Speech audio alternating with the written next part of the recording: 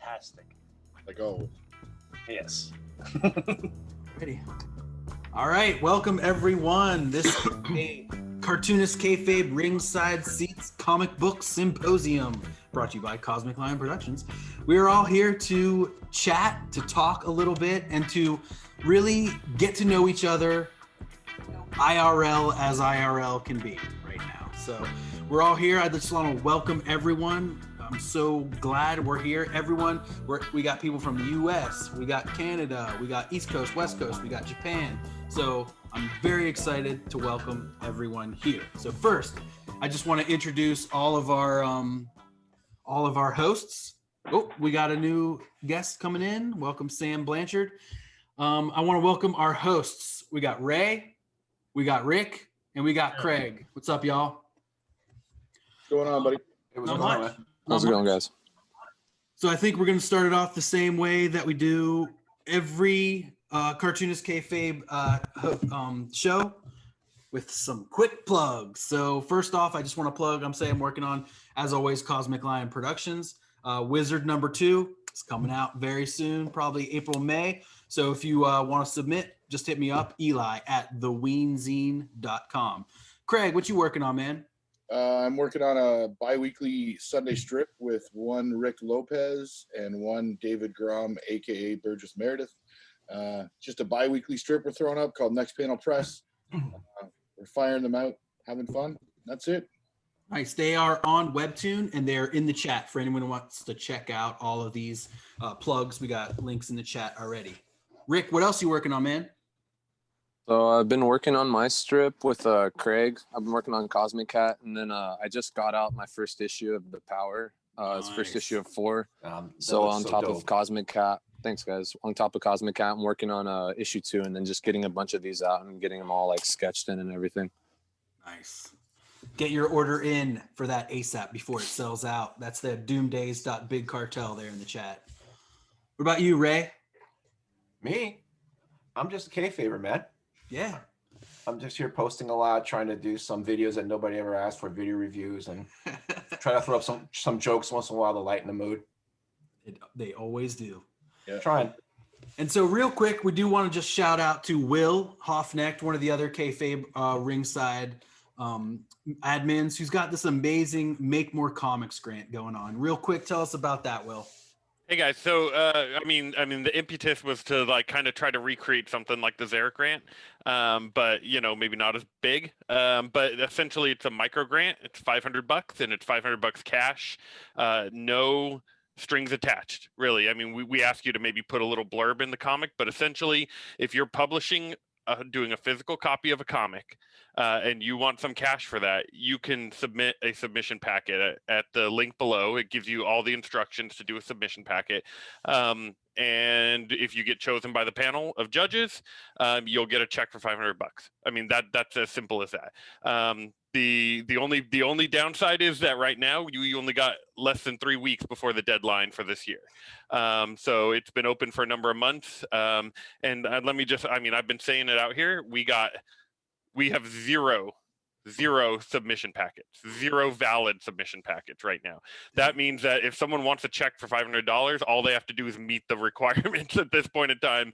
And we'll see what we can get, you know, that, you know, there could still be some coming in the mail, but right now I have none. So if we get one that just meets the guidelines, you're going to get a check, right? Y'all reach out to him right now, ASAP as possible. Jason, you already have a question? What are the guidelines, dude? They're on the website, but essentially you there's like a cover letter. It has to be a print, right? So the goal is to get it into print. And then essentially you send in like photocopies of the artwork, not the original artwork, and a statement of kind of what your intention is. Basically, I used the Zarek grant guidelines and basically use those. I made them a little simpler. Some of them were a little outdated, but essentially they're very, very much based on just what the Zarek grant guidelines were. So, I mean, it's really simple. You send in the collated packets with the cover letter and the statement, you know, the resume, everything that's listed in there. And that's really it. Oh, that's awesome. I mean, anyone who's listening to this right now and wants to put out a book, message him. Come on, you guys, don't be insane. Let the boy publish your comic. Chris Farley. Well, and it's not even me publishing. It's literally me giving you a check so you can self-publish. To do whatever right? you want. Yeah. Yeah, I mean, exactly. It'd Exactly. be crazy not to take him up on that. Yep. Thank you so much, man. And also, we'd be remiss if we didn't also plug Red Room by Ed Peacecore. Can be pre-ordered now on Fantagraphics, both issues. And check out Ed and Jim on Patreon. They got great stuff. You can read Red Room now on Patreon, $3 for them. And print out some of Jim's zines. Print more comics. # print more comics. So just again, welcome everyone who came in. We just got through some plugs. If you came in just now, you missed the commercial section of the podcast and you came in right in time for the juice. So that's good. So first off, what inspired this group hang, this symposium, was a post that Ray made. And I wanted to shout out Ray, and I wanted to just have him first tell you guys a little bit about kind of what started this and what his vision was. Go for it, Ray. Hey, everybody. A few weeks ago, I put a post on my group, and basically I just said, if you know anybody here on the channel, in the group, you got to know, or maybe if not, in your personal life, whatever, reach out to them, just say, hey, how's it going? A lot of people are suffering. I do that with a couple of cartoonists that were having, we just started talking and they started telling me they were having some difficult times. And so I literally just message and just say, hey, how you doing? I'm checking in on you. So I figured it'd be good, like if people had the time, if they could just take 2 people that they could reach out to. It makes a difference because, you can present yourself one way in the group, but then inside you could be like in a bad place, and everybody's having a tough time these days. So I just thought, why don't we just say hi? Why don't you, and that was just my post. And then it got a lot of traction and it seemed to resonate with a decent number of people. And then it just sort of mushroomed into this. And I got to know Craig and then everybody here and a lot of other people better after that. So that's really how it started. It was just more like, just check on somebody. Doesn't hurt. Yeah, and I just felt that was like a really great thing. And just another great reason for us to gather together like this and just, use this meeting of the minds to not only like ponder some of the questions that we talk about in the group, but to actually put faces behind people and to just really talk, like I said, IRL, as IRL as can be for now across the world. So again, as I said before to everyone, some people who weren't here yet, we do have 2 amazing special guests planned for 5:30 and for 6, which is 15 minutes, whatever your local time is. So I think we'll start with my first question. And then once the guest comes in, we'll kind of take a break and then we'll get in with them. So what I'm going to do is I'm going to mute everyone at first. And then there's not a ton of people here, so I don't feel like it's going to get crazy, but, just raise your hand if you want to talk, and on your phone you just hit the 3 dots and then hit raise hand, or if you're on a computer, hit reactions and then hit the raise hand there. We might just try that for the first one, and if we don't need it, we won't do it, but we'll just try it out. All right, so I'm going to mute everyone right now. All right, so everyone's muted there. Okay, so the first question that I wanted to pose to the group here is about creator-owned books and about people who put out their own books, hoping that this can help some people in the future as well. So when you buy a comic from an independent creator, are you more buying into that person, or are you more buying into the content? What grabs you most about that book or the ad or the post that the person made?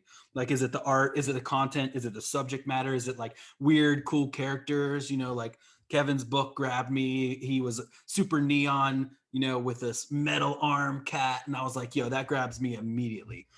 For me, I'm gonna honestly say that sometimes I'll straight buy into the person, and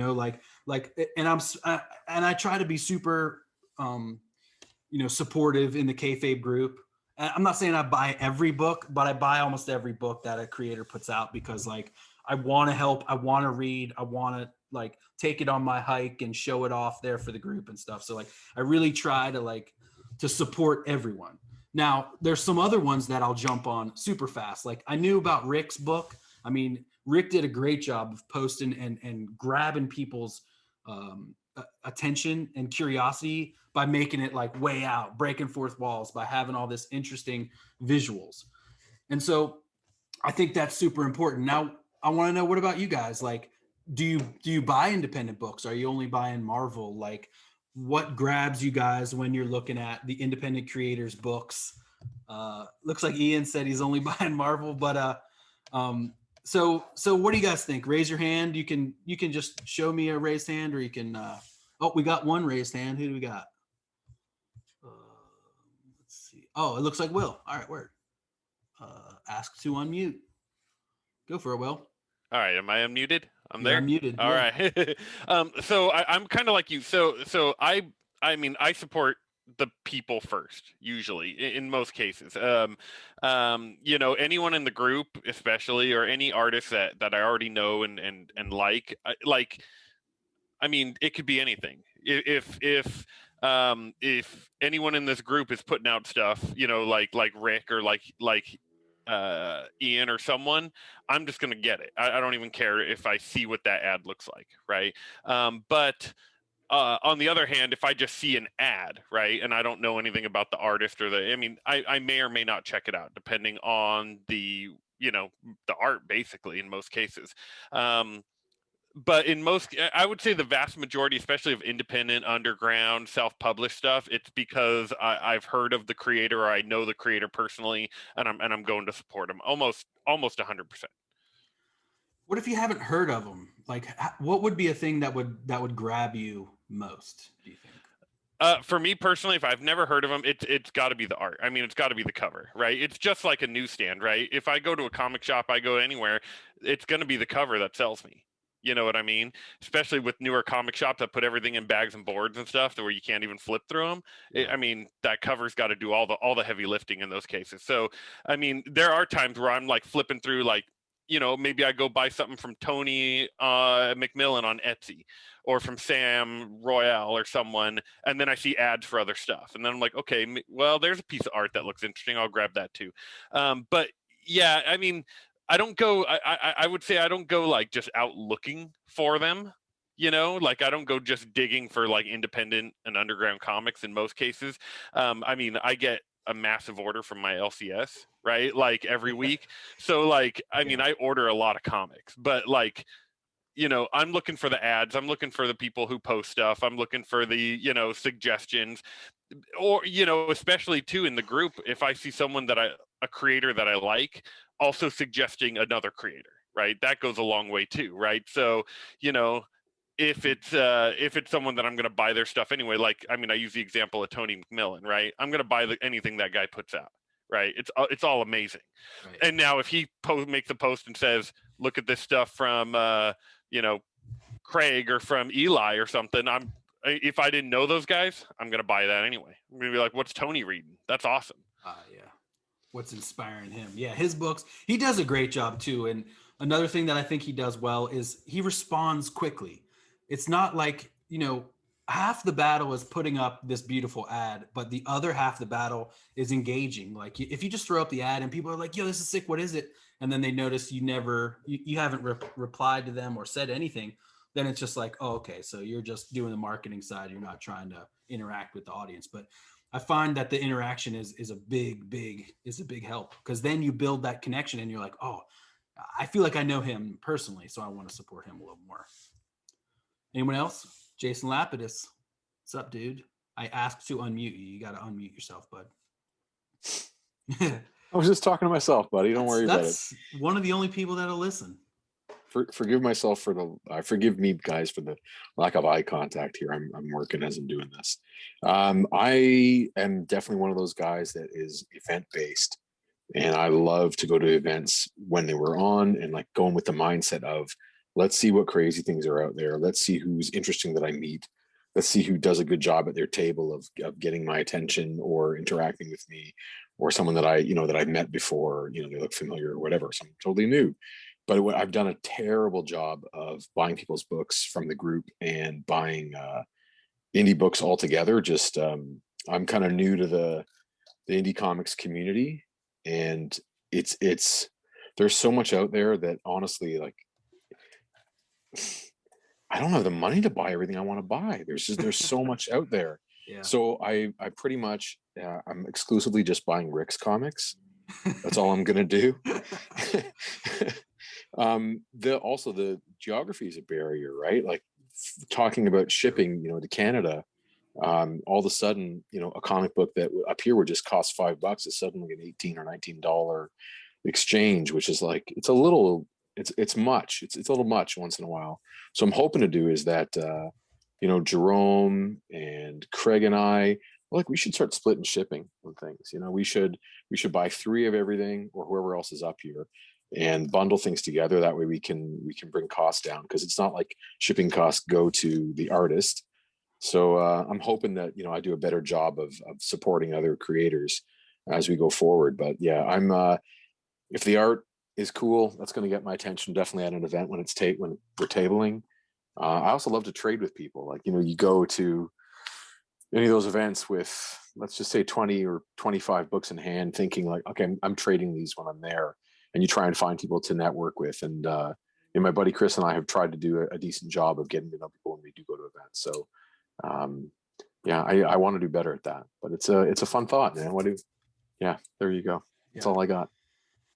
Well, yeah, cons is going to be a whole nother world once we get back into them. I definitely want to figure out some sort of kayfabe con, like maybe it's in Pittsburgh and we all travel and go there. We all meet up and get Jim and Ed and everybody.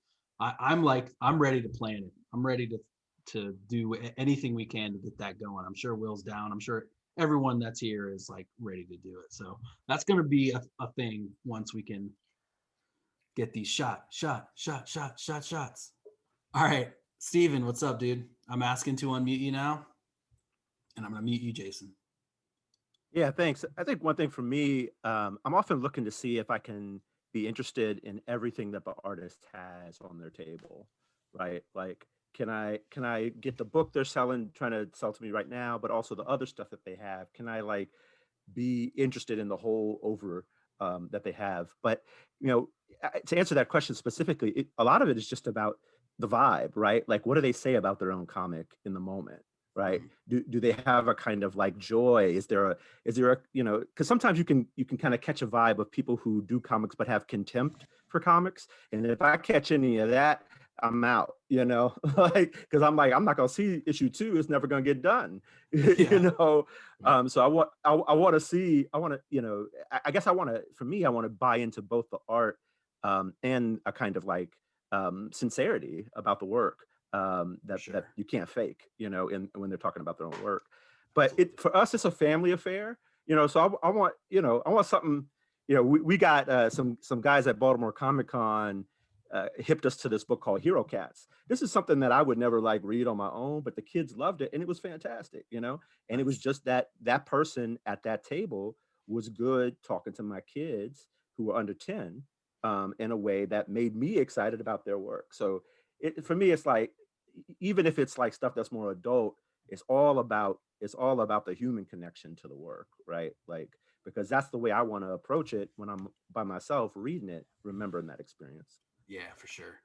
And that was something that always really worked for me. Was it's like that little elevator pitch too. It's like when I would tell people my comics about an intergalactic Afro-funk band on tour through the galaxy, they'd just be like, what? And then usually laugh, and then usually follow up with some questions, be like, okay, hold on. What's Afro-funk? What's international band? Like, what's this? Like, so then, I would have these, it would immediately spark more conversation and joy and stuff like that.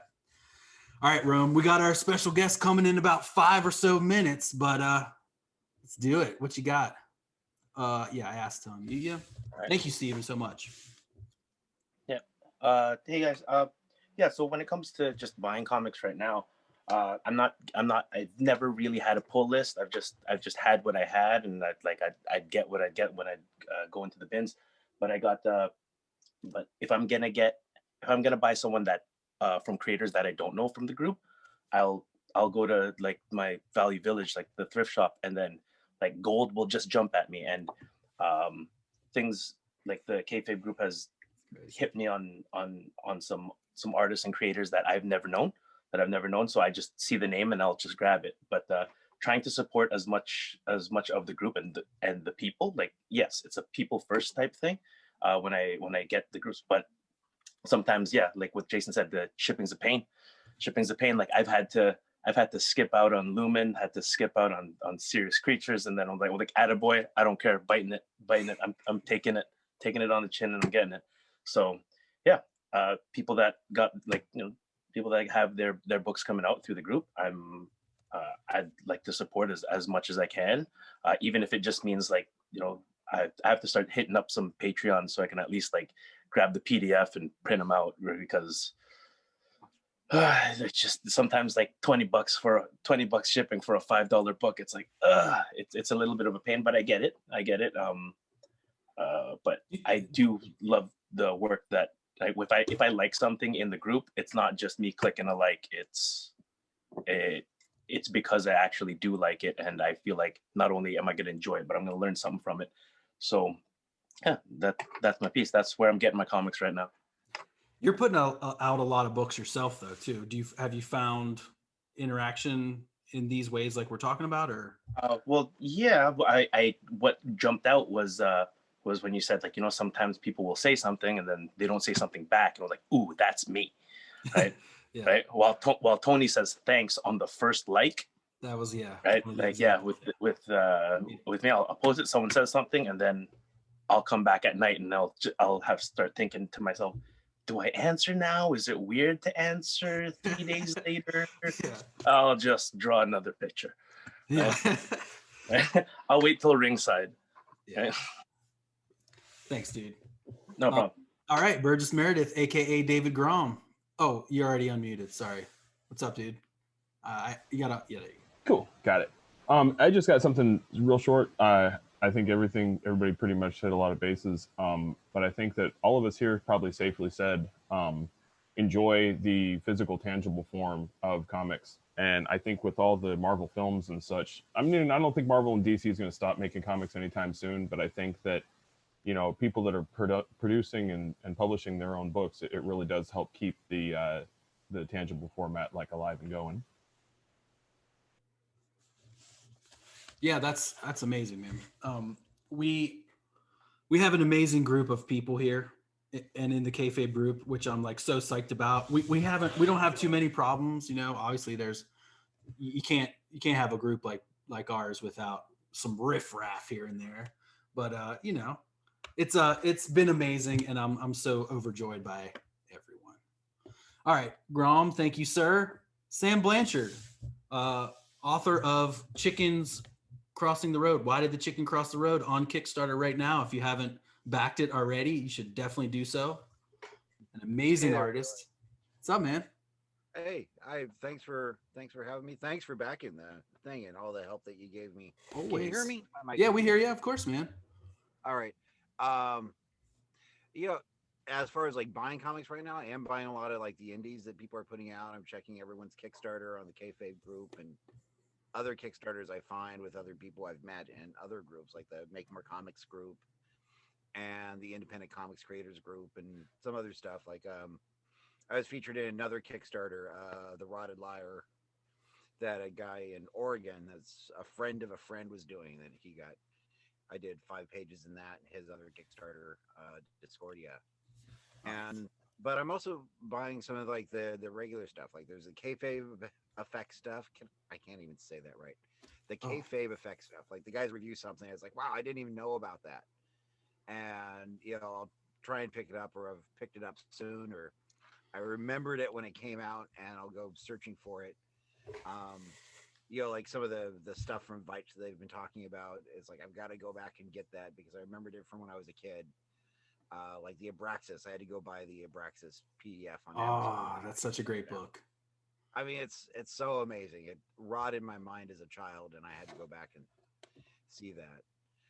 So it's really a balance. And then if you can mention the super secret project in this group, of course, Image Grand Design. In that, there was a lot of research that I had to do with that because I totally missed the Image era.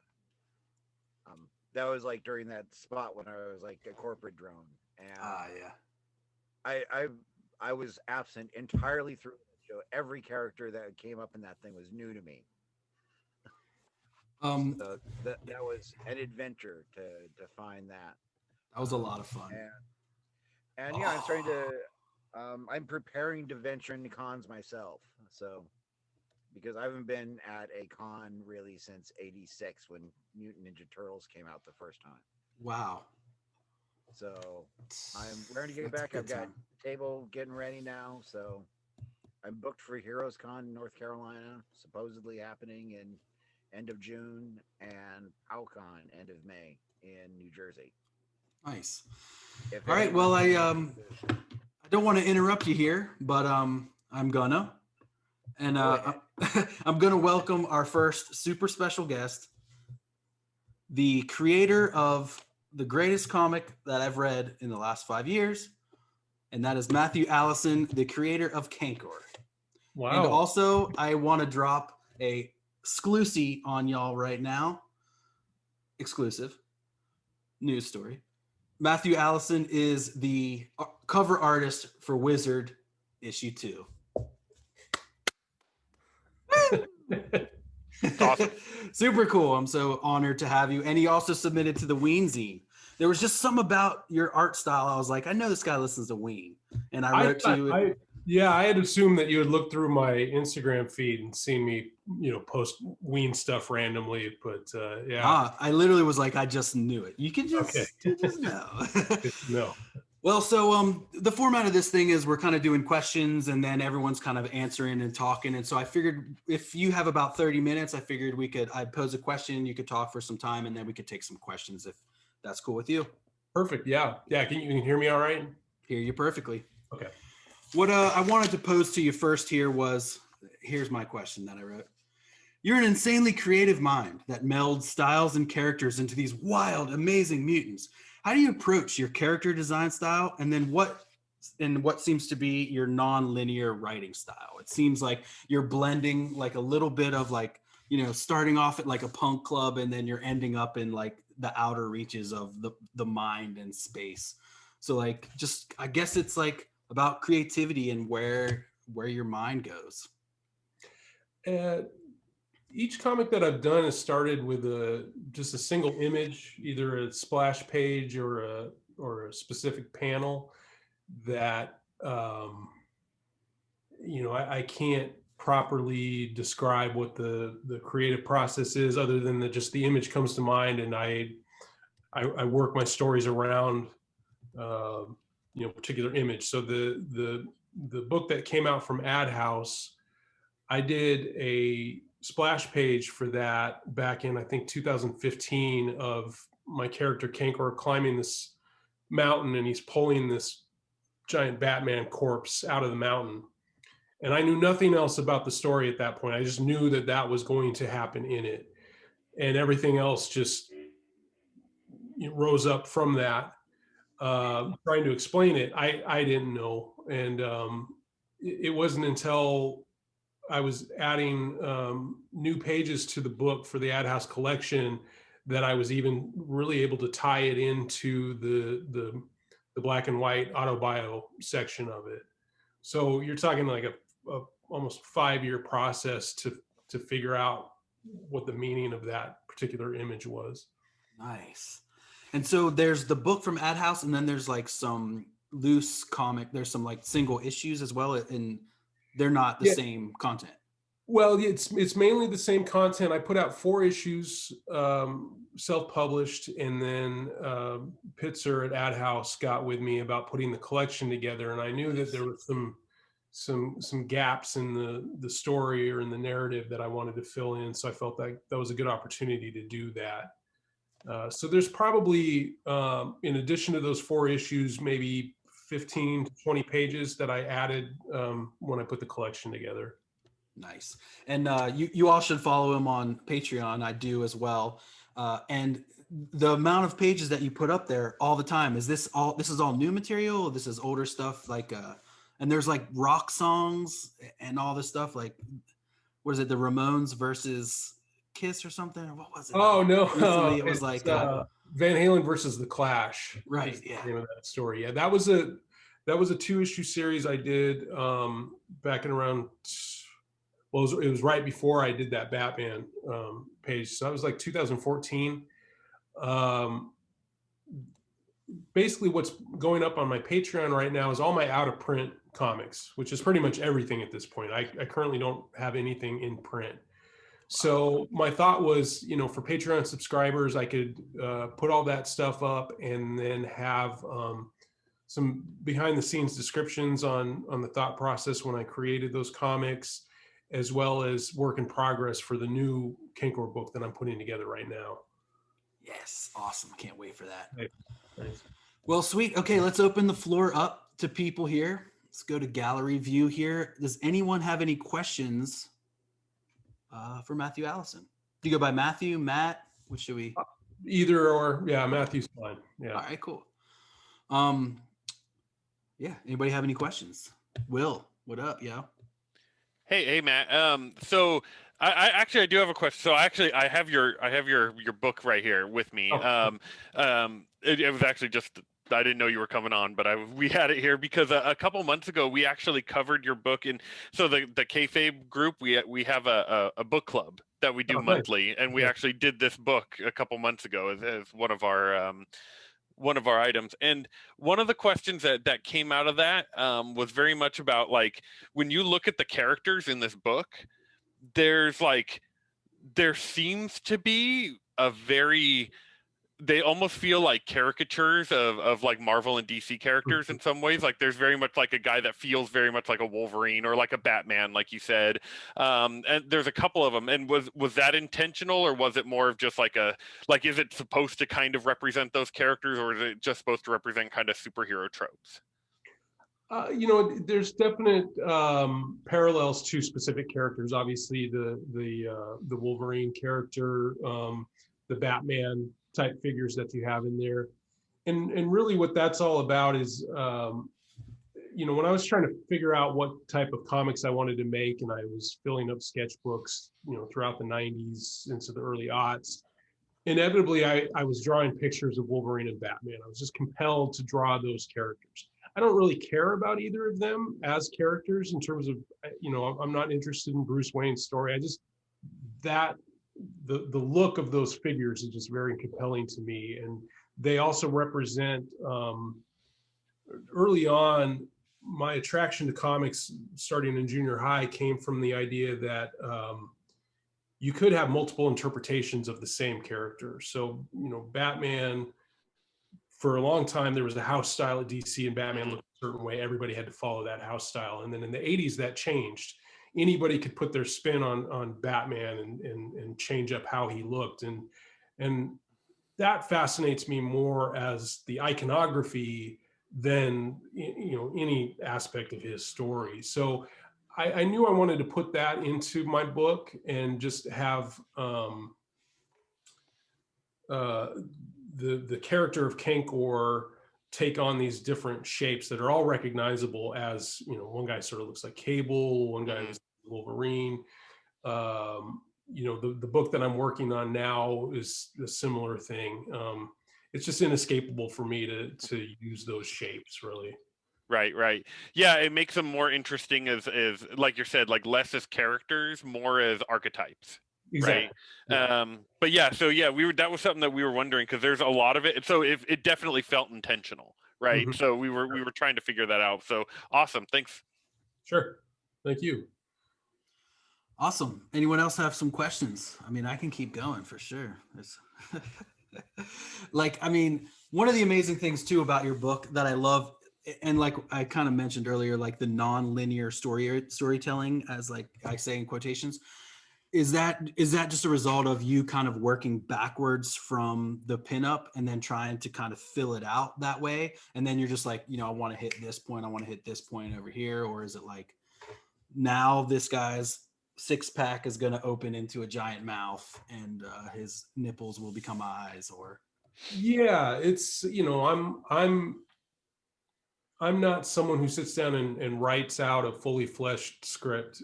And I've just never been interested in that, you know, and even with comic books themselves, I tend to just flip through comics and look at the visuals, and the comics that I enjoy most are usually ones that are wordless or primarily wordless.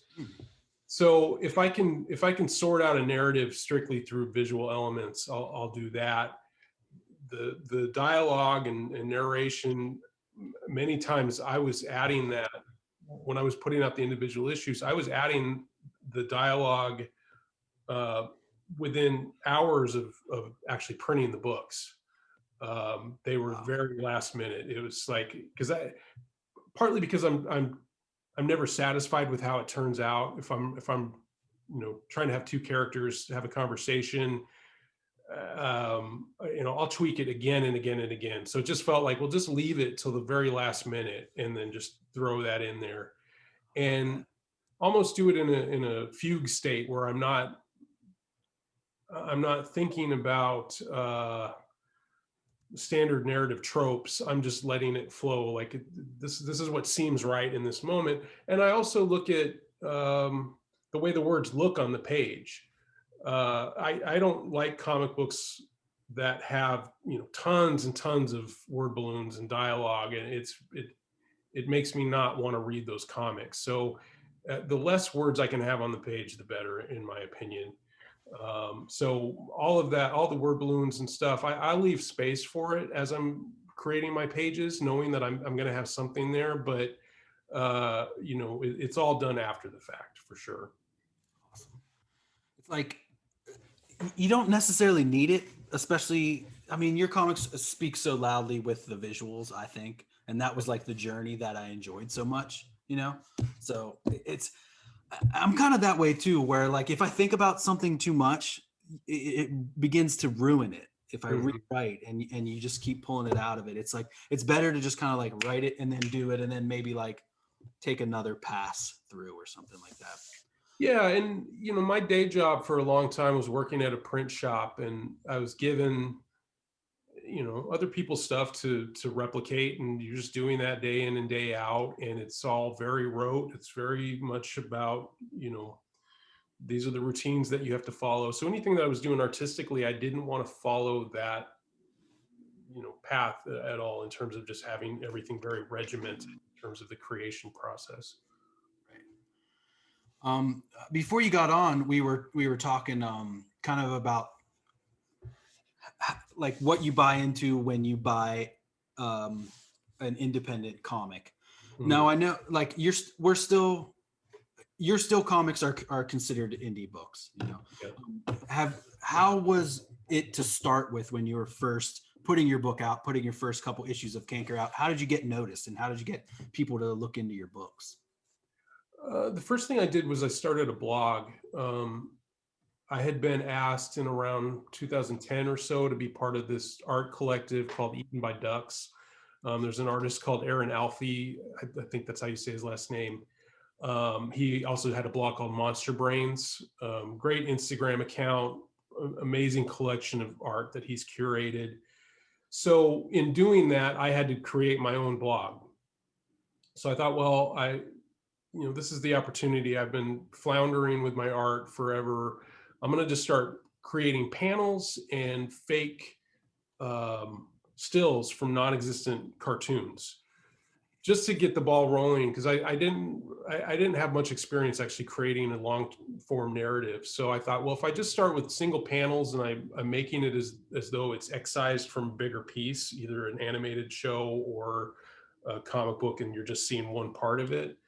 And I was doing that for a while, and then some friends of mine, Aaron Conley and Damon Gentry, who did Sabretooth Swordsman through Dark Horse, they had a website, and they asked me to create a comic strip for that. And in terms of subject matter, I thought, well, I'm going to do superheroes, but just try to put them in bizarre situations. I'm not going to have continuing characters. Every strip has a different group of characters in it. And that just eventually led to me doing a longer form Cankor story. Back in, I want to say like 2012, I was putting that up on my blog. And because I was working at a print shop, it was just like, okay, I've got enough of this to fill an issue. I'm going to just go ahead and print it and sell it on my site and that's how it started. Nice. Did you do cons locally and stuff as well? You say you're from Chicago or I live in Chicago now. I born and raised in Denver. We actually moved to Chicago 2 years ago. Oh, nice. So the first actual con I did was the very first Denver Comic Con in 2012. Oh, nice. And that con, Damon and Aaron had been contacted by Mike Allred, and they were working with him, doing some pinups for him, and he really liked their stuff. And then I don't know if he saw my stuff on their site or he somehow came across my blog, and Allred reached out to me just to say he really liked what I was doing. Nice. And at the time, I didn't really, I kind of lost contact with what was going on with Allred in terms of, I was totally unaware of the ecstatic stuff that he was doing. I just knew Mad Men. Yeah. And I wasn't paying attention to what his career had turned into at that point. So I went back and I started looking at Allred stuff after he contacted me. And I was like, man, I'm totally ripping him off. Like, so much of what Cankor is about is very much about what he was doing with Mad Men in the beginning. And I think he saw that in it, and that's why he was drawn to it a little bit. And getting that enthusiastic response from him, and then Paul Pope saw my stuff somewhere, and he tweeted about my comics around that same time when I was just doing the weblog, and that was a huge deal too, because it was just like, suddenly I've been doing this for like 6 months, and here's Mike Allred and Paul Pope, letting people know about my work. So that made me know I was on the right path. Yeah. I mean, those are two resounding, heroes in the indie. Oh yeah. Obviously. Yeah. That's awesome. Yeah. Now, we do have our second special guest who showed up. Perhaps, you know him and guys can bounce off each other a little bit. All right.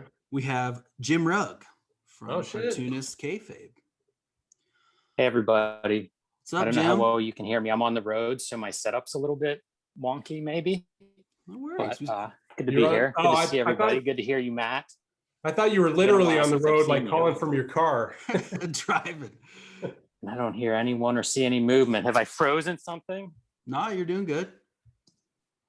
What so you guys are both under Ad House. You guys are both Ad House creators.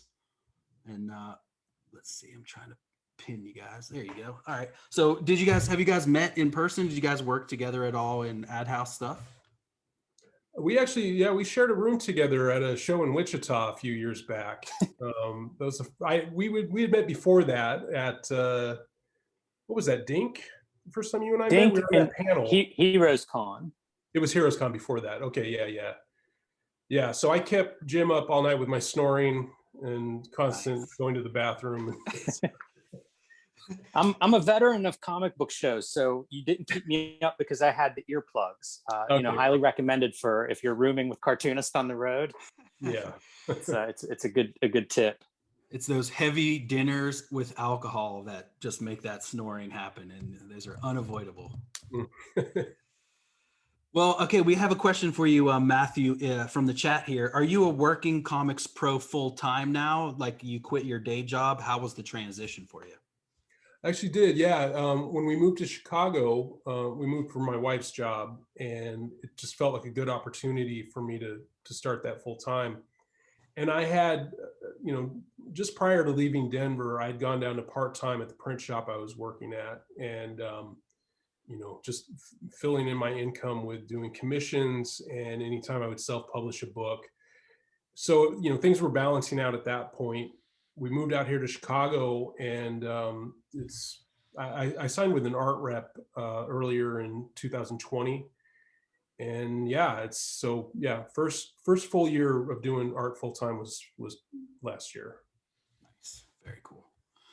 And if it was just last year, and that's when the Ad House Canker book hit I think that's a pretty good. You quit the job, and then that Canker book drops, and it's like, That was amazing. I've said it before, and I'll say it again. That was my #1 book of last year. That's the exact book I'm looking for. Where thank you. You're using, like you said, these shapes of these characters that we can already kind of recognize and kind of like infuse with this like I'm already like bought into like this character's adventure. Mhm. And then to go on, like I was actually on a trip with my girlfriend. We were in Joshua Tree. We're in the desert. There was the sound of the wilderness out, and like, you know, she was trying to do stuff, and I was like ripping through Canker. I was like, I cannot, like, this is what I'm doing right now. So like, for me, my interaction with Canker was just amazing, and that's so cool that it's like you quit the job and then you put that out. Nice, thank you. Yeah, man. I can't wait to see more. Any other questions from everyone else? Let's go back to the gallery view. Oh, Rick, what's up, man? You know, Matthew, Rick's putting out a book right now as well called The Power, and I think that's a book that you would enjoy. Rick's like totally thinking outside of the box. He's like breaking the fourth wall. I keep saying what is it? He's breaking down that fourth wall and taking you through its doors of perception or something like that. What is it's called The Power is the name of the book? That's right. It's in the link is in the chat. It's Okay, at the perfect. very top of the chat, so you can get it there. Doom dazed. Okay. What's your question, Rick? Oh, you're still muted though, bud. Okay, my bad. Yeah, you're good. So I mean, like, I was reading through Cancor, and like Eli was saying, it was just blowing my mind. Like, it was everything I want from a comic. Like, that being aside, I had no idea, like, of course, but I had no idea that you were basically like building it and then putting the words after, which is something like I didn't realize like other people had done this, because this is something similar that I did with my book, where it was like I really relied on the visuals a lot and kind of like added the words a little bit later, you know? Yeah. I just want to, I don't know, you totally blew my mind with that. And I'm wondering, like, is that something that you've done for a long time, or is that something that you've only done specifically with this book, or how exactly did that come, like that whole, I'm so curious, because I've never heard anybody else talk about it. And it's not something that I bring up because it just kind of, to me, I don't know, it kind of sounds like a little crazy, but it's like hearing you and like seeing the results. Well, I knew that, I guess. Well, Dan, thank you. I'm really glad you connected with the book. That's awesome. Yeah, totally, dude. You know, there's no right way of making comics, I've learned. And I think that, you know, you grow up and you read certain books like How to Draw Comics the Marvel Way and, you know, Will Eisner's book, and you think, okay, I have to do it that way. I've got to do this. But you can take bits and pieces from each. And the one takeaway that I did get from the, you know, How to Draw Comics the Marvel Way is the Marvel method of allowing the artist to just take the germ of the plot, figure out the visuals, and then you add the dialogue later. And of course, in that system, it's broken down into a chain of people working on that. But as a you know, one person operation, it freed me up to not be so beholden to any structure where I just felt like, oh, I have to, you know, go from A, B to C. You don't have to do any of that. You can completely change it up. And so if I got stuck, and this happened especially when I was doing my webcomic, if I got stuck where I didn't know, you know, how to end a scene or how to resolve a conflict between two characters, like, well, I'll just go to something completely different and I can tie it in later. With the webcomic, of course, I was putting up a page every week, but with the comics, nobody's seeing it until I'm done. So I can mix and match, and I can, you know, take a part of the story from the back end and put it in the front if I want. And it's almost like editing a movie. When I hear about how, you know, David Lynch, when he was working on Wild at Heart with his editor, he was taking scenes from the middle of the movie and putting it at the very beginning. And when I heard that, I was like, wow, that's exactly what you can do with comics. And when you reprint a comic, you can do that even more. And that may bother some people to say, oh, you know, well, is it ever finished? It doesn't have to be finished. I mean, it's just, you know, every time I reprint this comic, I can continue to add pages to it and make it a new experience. So it helps me as a creator to have that freedom. You know, you're not thinking like it's so regimented, it has to be a certain way. That's awesome. All right, we got one more. Oh, sorry, Rick. Go ahead, bud. No, just thank you, dude. I really appreciate it, man. Like, that was your book blew my mind. Thanks, man. Well, thank you. Thank you. Nice. Just like your book's gonna blow some minds. Yeah, can't wait. All right, so one more question here from Sam Blanchard. What's up, dude? Hold on, I gotta ask to mute. There I am. Yep. So Matt, I mean, I was blown away by your book at first. I just grabbed it off the shelf. I was looking through it again, and the level of detail in like some of these drawings is just mind blowing. Thank you. And just, I mean, you just fall into it. From a crafting technical standpoint, can you tell us a little bit about your process? Like how much is traditional media and how much is digital, and like what scale are you working at in general, or you just like got a microscopic brush and putting all that stuff in? It's all 11 by 17. You know, breaking the image down to I think it works out. You know, my top, bottom, side borders work out to like a 10 by 15 image area. I rarely do full floods unless it's a double page spread or anything like that. But so yeah, that fairly traditional page size to start out with on my originals, 11 by 17. When I ink, I'm using a Kuretake brush pen for the bolder lines, outlines, and then I go in with a micron to do all the feathering. And I have this ridiculous method that came about from years and years of just trying to replicate brush feathering with a micron, which you should never, ever do. And just eventually wearing my 0.2 microns down to a point where I could get that feathering.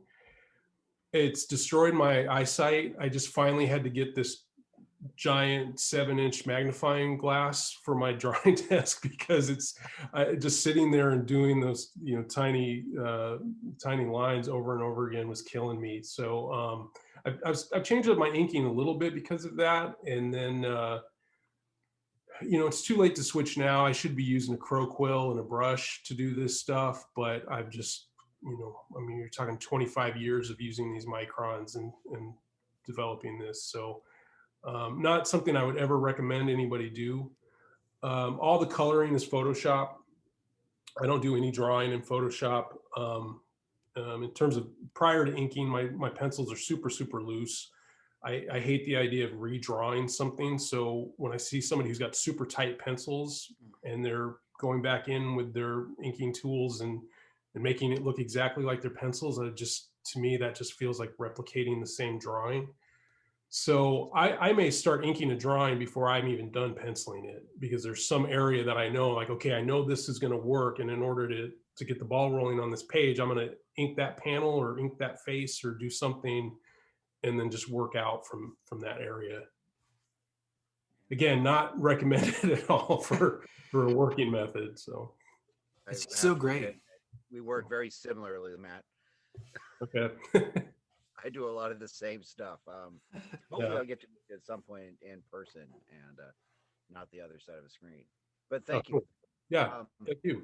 Do you composite things digitally much, or just your colors are in Photoshop? Yeah, that's the only, I have a Surface Book with a removable tablet and a stylus and all that. And I've never felt compelled to really learn how to draw digitally. Part of it is that the majority of the money that I make off of my comics, I'm making by selling the original art. So that in and of itself just makes me want to, just have an actual physical piece. I could probably get comics done a lot quicker if I work digitally, but it doesn't feel right to me. Yeah, I feel that. I feel like although it can be replicated almost mostly, there's just a feel that you can get from those original pencils, from like it starting by hand on ink. Mm-hmm. I've yet to make the full transition as well. Yeah. Looks like Jim's holding one of these as well. I love using these. Yeah. It's like so much fun. I keep it right here every time. I was just watching one of Jim's screen tone videos today because I was on where was I at? JetPens or some site. I was going to order some deleter tones for this black and white section I was doing. And I was like, I should actually learn how to do this. So I was watching Jim's video. He was doing the RoboCop picture. Nice. And so I didn't pull the trigger. I didn't order it. I do my screen tones digitally. I've got some old actual Zipatone that I scanned in before I gave it away to somebody. So I just take that, copy and paste it from a Photoshop file and throw that in after the fact. But I'd love to have an original with the actual screen tone on it, just because I like the look of it. Yeah, for sure.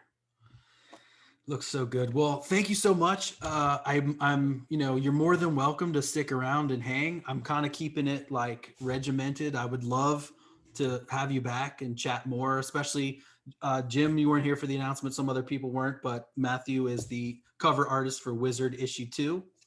Did an amazing piece. It was previewed a little on the Instagram and on the Kayfabe group the other day, but woof, it's gonna be so good. Nice. Yeah, thank you again so much. Are you gonna chill, or do you gotta Yeah, make more comics? I gotta take off. My wife just had surgery, so I'm like helping her out, and so. But it was great talking to you guys. I really appreciate it. Yeah, man. And yeah, it was good seeing. Good to see you, Jim. I hope to see you guys in person at some point. So yeah. Thank you so much. Be sure to check out everyone's links in the chat. Yeah. Thanks again. And everyone, all of our love to your wife. Hope she gets better. And appreciate it. Thank you so much. Thanks again so much, Matthew. Take care. Have a good night. Later, man. All right. Great. The hits keep coming as we come into Jim Rugg. He has brought a topic all of his own. So take it away, Jim.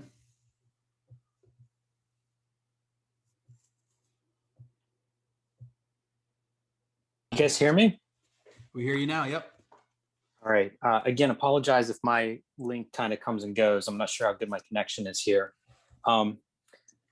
Eli, should I just start talking about why everybody should follow me and be a non-completist, an incompletist, if you will? Go for it. Yeah, we already did. We already plugged your Patreon, and we don't have a book to page.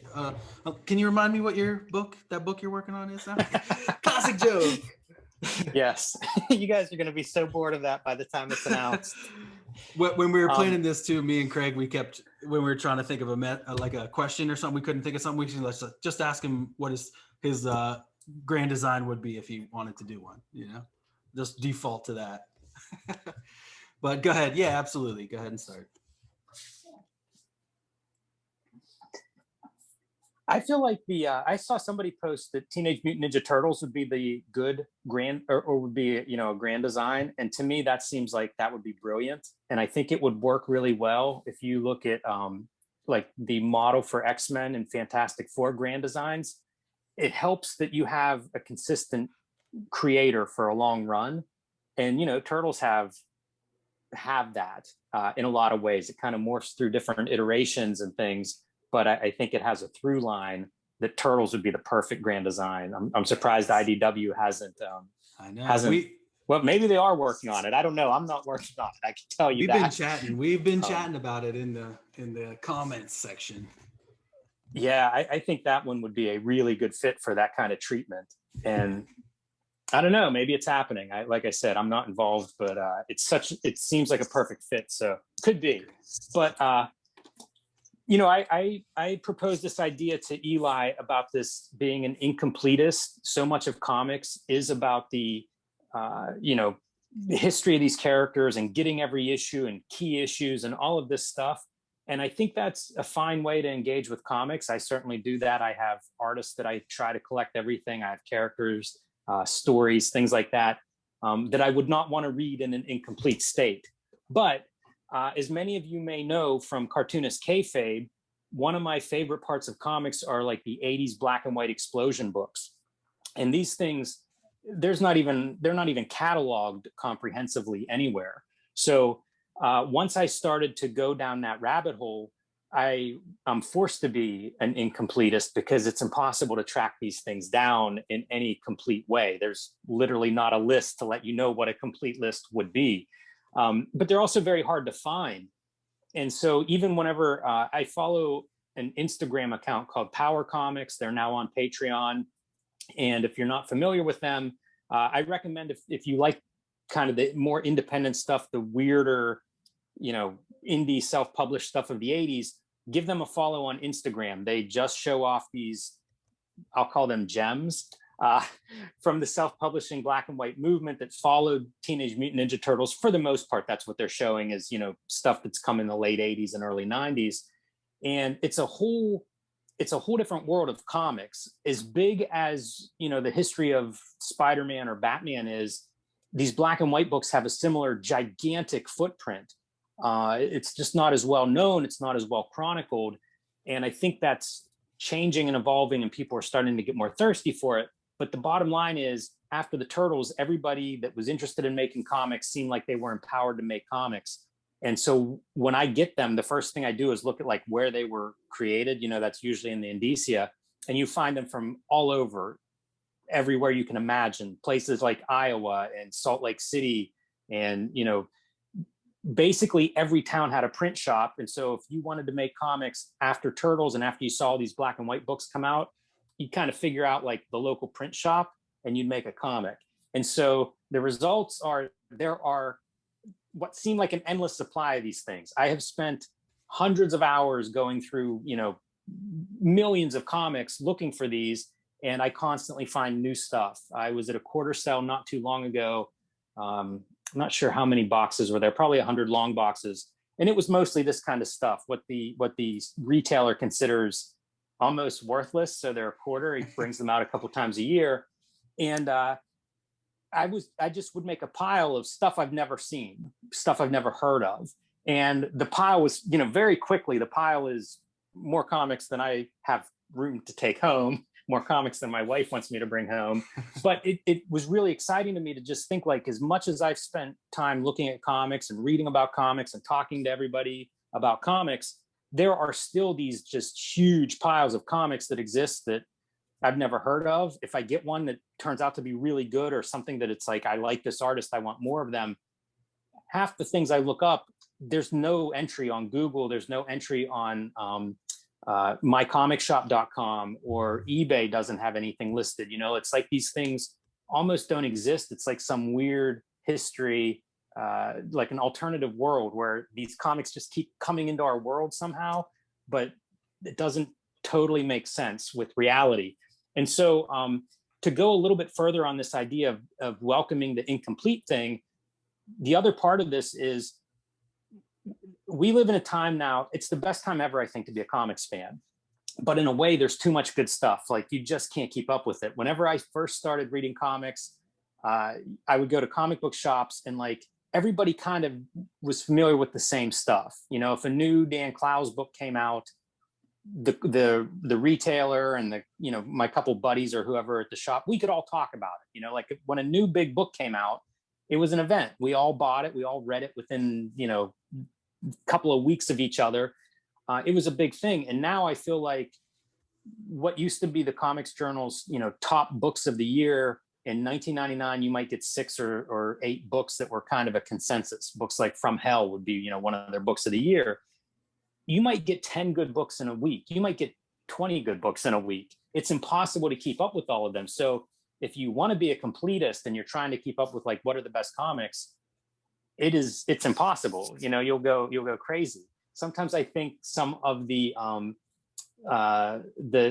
more negative factors around comics come from this problem of like, comics were a place we could have control, you know, as like as nerds or as outcasts, or, you know, however we identified. You could be a Marvel zombie and buy every Marvel comic, or at least keep up with everything Marvel was doing. Those days are over. And now it's kind of like we've lost control. Like, we no longer have that dominion over something, where that something used to be comics, and now it's just wide open. You know, even if you're still just focused on DC or Marvel or X books, you know, like there's so many now, I'm not sure anybody can keep up with all of it. And that includes alternative comics, literary comics, whatever your vein of interest is. There's so much of it, you know, it's kind of like too much of a good thing. And I've talked to retailers about it, you know, and it's this thing of, you can't complain to somebody that there's too much of a good thing. Nobody's going to sympathize. Nobody's going to, they're going to turn away pretty quickly if that's what you're complaining about, is your life is too good. But there is a sense of that, you know, if you're a completist, if you're obsessive, and I know a lot of us are, certainly as creators, OCD is a big thing that a lot of cartoonists I know struggle with, myself included. And I think collectors feel that way too. And so, you know, this idea of being an incompletist, one thing that it allows is that you can sample a lot, you know, in a time where there are so many great cartoonists and comics being created. If you're an incompletist, you know, you can buy an issue. You could just jump into a webcomic that you hear is good at any point and start reading it and see how you respond to it. You know, it's kind of permission to sample a lot. Recently, I was in an interview and we were kind of talking about my work, and they brought up this quote from, I can't remember who the artist or designer was, but the quote is, "Different is better than better." And one of the things that interests me more than anything else is show me something I haven't seen before. It's one of my favorite qualities in art and comics and storytelling. And by being an incompletist, I'm able to just sample stuff. You know, I'm able to try a lot more. I'm able to see a lot more. And it brings me back to the comic book format, because I think that's a really good format for it. Graphic novels can be amazing, you know, amazing story experiences, but they're also much more demanding of resources, of your time as a reader, as well as cost, to buy them. And I find that comic book format is so ideal, because, you know, you can read 8 or 10 comic books in an evening. You know, it's very easy to get in and out and to have that experience. If you are looking for a new artist, if you're looking for something different, if you're just curious what's out there. And so that's another one of the benefits that has come up as a proud incompletist. Although, as I said, I still do tend to collect a lot of stuff. The other place where this originates from is, I was watching Lost whenever it was originally being aired. And so I would watch it each week. And after a couple of seasons, and if you're a big Lost fan, don't take offense by this. There's lots of stuff I like that you probably don't like, and vice versa. But halfway through Lost, I had kind of stopped enjoying watching it, but I knew it was 2 seasons to go, or 3 seasons. I can't remember exactly where, but like I kind of knew the end was in sight, and I had watched 4 or 5 seasons and I was in. And I watched the entire series through the finale. I was really disappointed, but not so much in the finale as I was disappointed in, I just didn't enjoy it for the last 2.5 years, but I felt this compulsion to keep watching it. And afterwards I thought, you know, life is really short. There are a million TV shows now that are being celebrated, and I'm not going to spend that much time with something if I'm not happy with it after a few hours. And I apply the same kind of logic to comics. And so oftentimes whenever I'm digging or I'm looking for a back issue, one of the best things that happens is maybe I'll go in looking for, it's a 6-issue run or an 8-issue run, and I find 1 or 2 issues. It's kind of ideal, because if I find the whole run, I can't help myself. I have to buy it. But if I happen to stumble on 1 issue, it's really easy to take that issue home, read it, and then decide, like, do I want to read more of this? Or do I even get through the first issue, or you know, whatever issue I have? And so that's changed my reading habits quite a bit, but I think it's for the better. So that's most of my argument for being an incompletist, trying to be an incompletist. Maybe one last piece is, I was about 10 or 12 when video stores really exploded in where I grew up. And I grew up in the middle of nowhere, pre-internet. So the video stores were just like walls of really cool looking stuff that I knew little or nothing about. And I would just go there and look at every single cover and read like the backs of every single cover. And I loved it, but it was random, you know, it was completely random. And now that we live in this age of like algorithms and every app, you know, pulling data from whatever we're looking at and talking about and seeing, that random quality is not what it used to be. And that's something that I have found.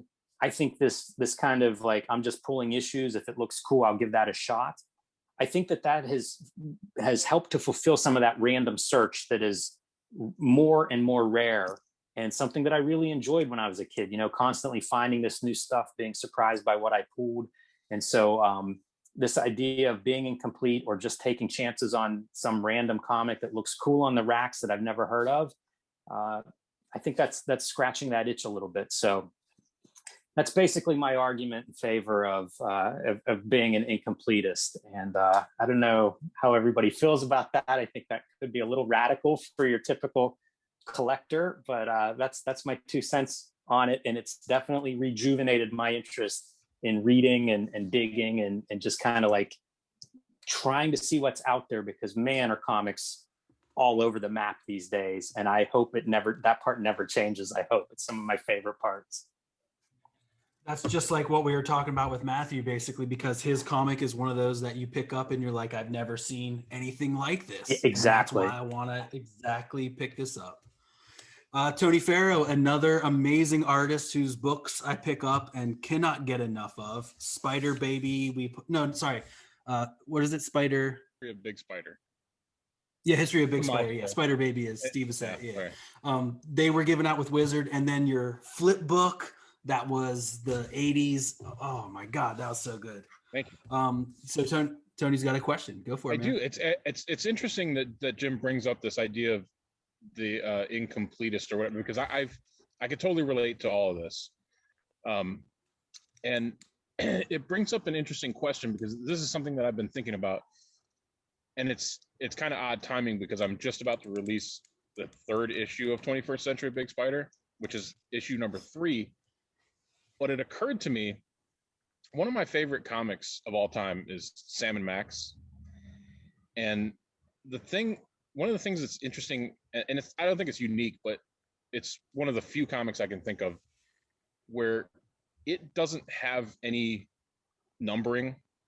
It's just there's just a number of Sam and Max comics, and it's not like number 1, 2, 3.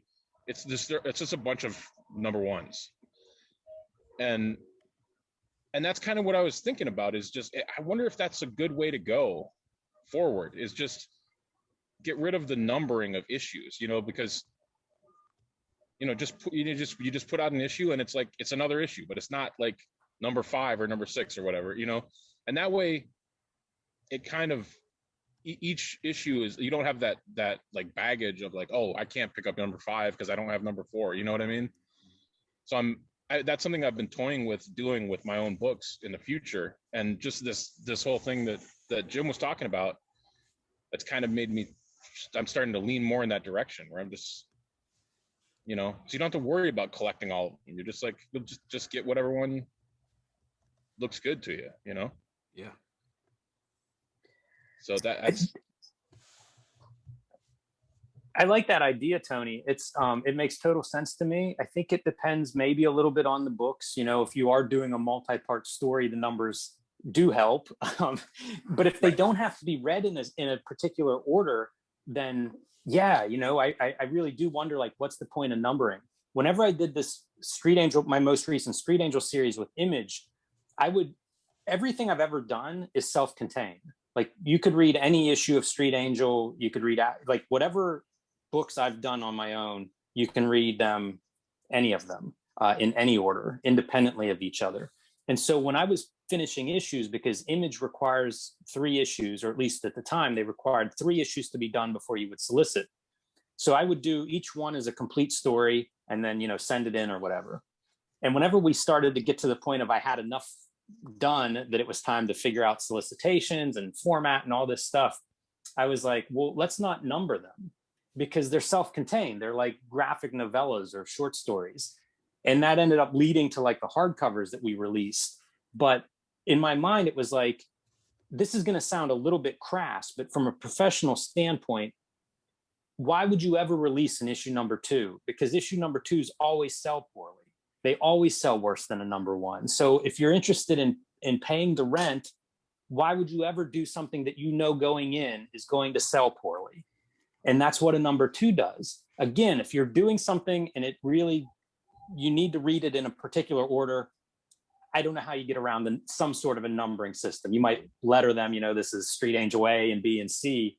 But, if you're releasing them in pieces that need to be read in a certain order, I think you need some kind of numbering.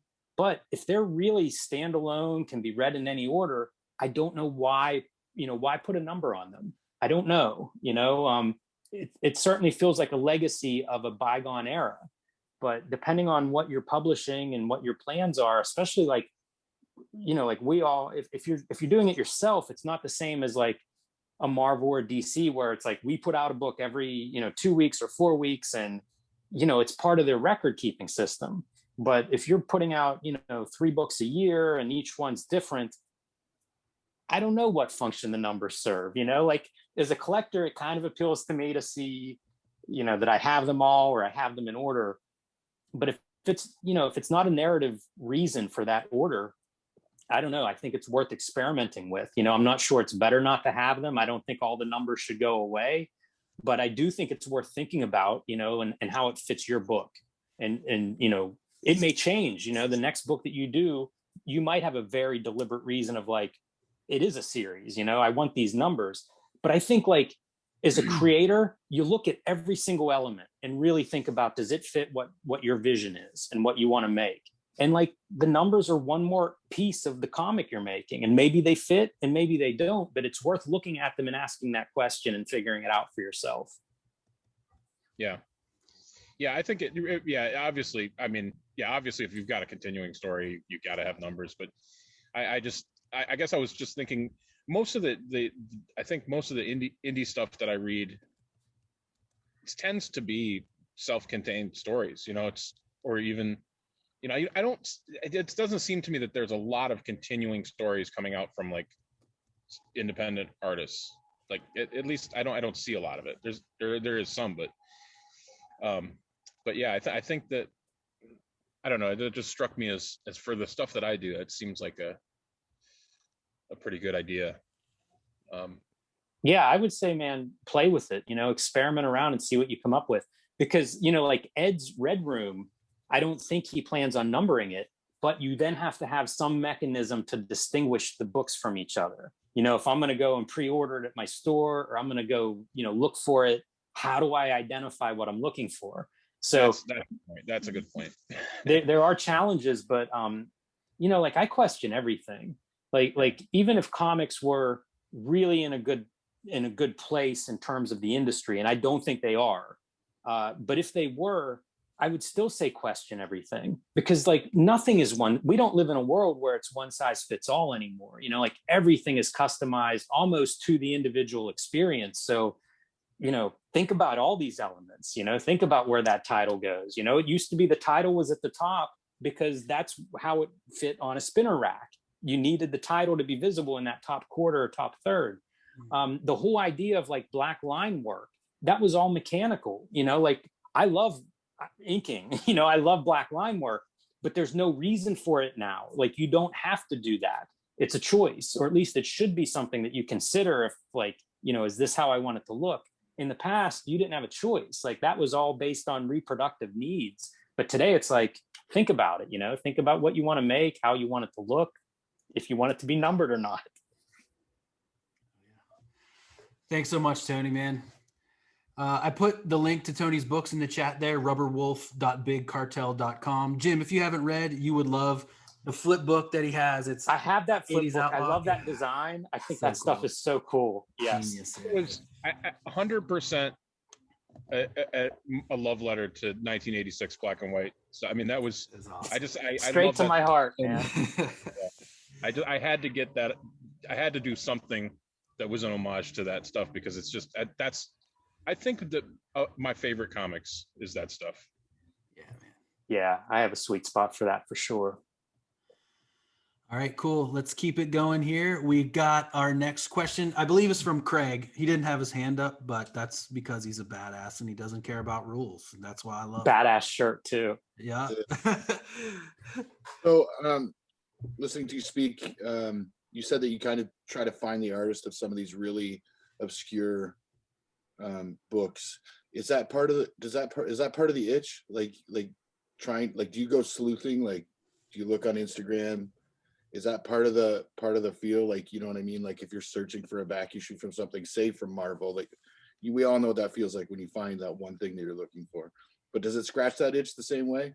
Like, when you find the artist, see like they're still creating, is it like a small victory inside? You know what I mean? Like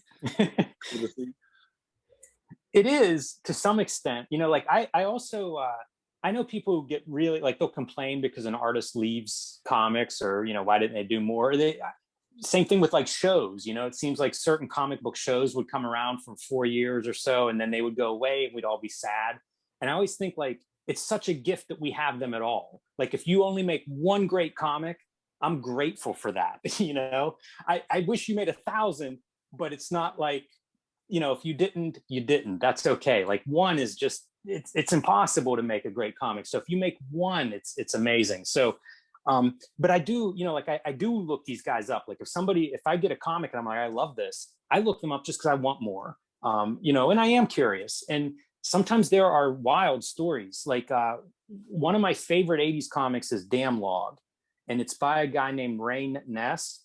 I think he's Norwegian, is what I want to say. I might be a little bit off on that, but it's this really detailed, sci-fi, post-apocalyptic, violent comic. It's what I want in a black and white 80s comic.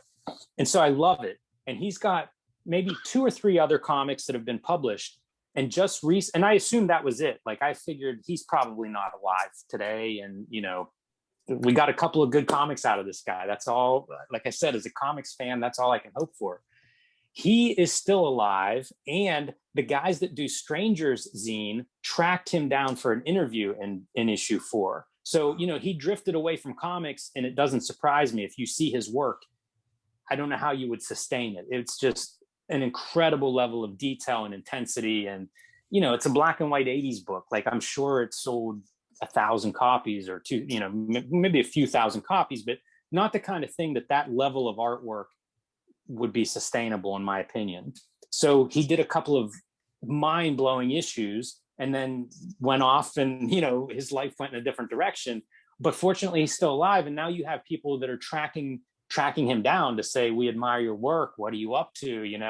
And it's kind of cool because he was in comics for a few years and got away from it. And now it's like, wow, people still read my work. It's awesome. So yeah, I love tracking this stuff down, but usually it's for selfish reasons where it's like, I just want more. Like, did this guy do another book?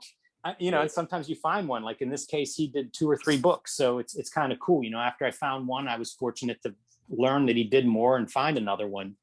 But that's my reason. It's exciting. And if you do find out that the person went on to have a body of work, sometimes his best work is the next book you track down. So I like that hunt part. For all of my random searching, I'm equally excited whenever here's a tip, like I keep an alphabetical list on my phone of everything I'm looking for. So if I find this artist that I like, and then I find out they did another book, these books can be hard to find. So, it goes right into that list. And if I ever get somewhere and it's like, oh, a bunch of dusty 50-cent bins, and maybe they're alphabetized, you can pretty quickly find some of this stuff. So, it is a big hunt. It's not as random as I make it out to be. And I mean, that's a big part of it, Craig, is like, I find something I love and it kind of cycles through my list of like, okay, ask Jason Hamlin what he knows about it, ask Chris Pitzer what he knows about it, put it on the internet and see if people know this book or this artist or whatever. It's one of the cool things with Cartoonist Kayfabe, with all of you guys, with all these zines that have been popping up, is this network of like, hey, I love this thing. This other person loves it. Let's compare notes. Let's find these pieces that I haven't been able to find yet. Ken Landgraf is an artist I like. And, I know several Ben Mara's into him. Jason Levion at Floating World, like lots of people are into him. And that work is hard to find. So, if other people that are into it, maybe they have a book or 2 that you haven't seen before. Maybe they have a double of a book or 2 that you haven't seen before. And, you can trade stuff in some cases, or get scans or photos and see this stuff that I think is amazing, but it is obscure in some cases. So yeah, once I lock onto it, it's like, learn as much as I have time to learn, and you might uncover more. Or you might get a chance to tell the guy, hey, your work really means something to me. 30, 40 years later, it really matters. It's still exciting. Yeah. Thank you very much.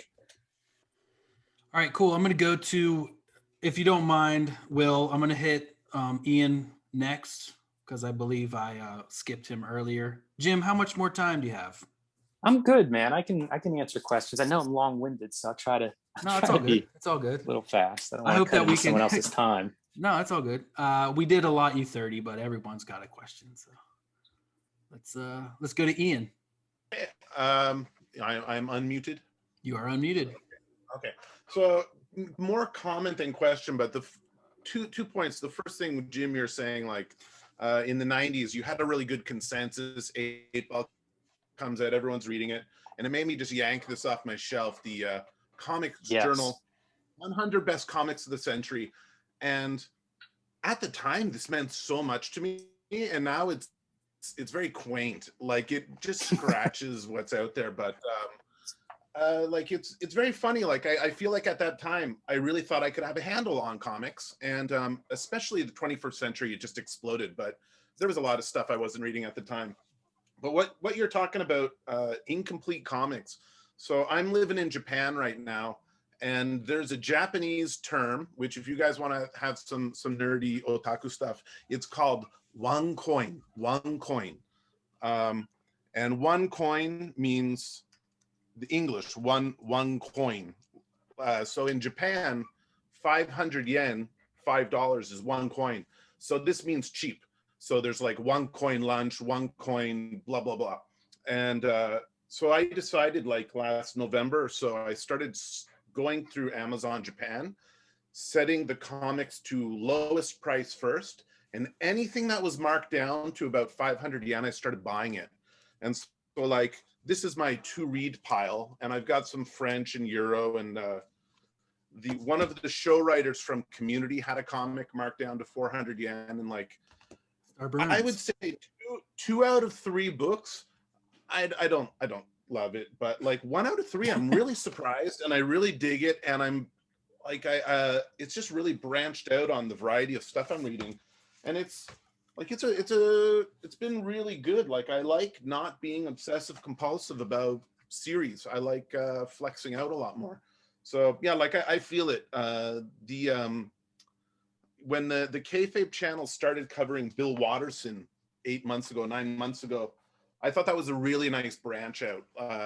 Like the more off the track it goes, the more interesting the channel is. So yeah, like I feel it. Anyways, that's my comment. I don't know what you That's feel. great. Thanks, Ian. I like all of that. I was surprised. I went to Tokyo about 3 years ago and was surprised at how inexpensive comics were compared to the US, and had very little idea of what I was looking for. You know, I can't read Japanese, but I would spend like every evening in these bookshops and manga shops.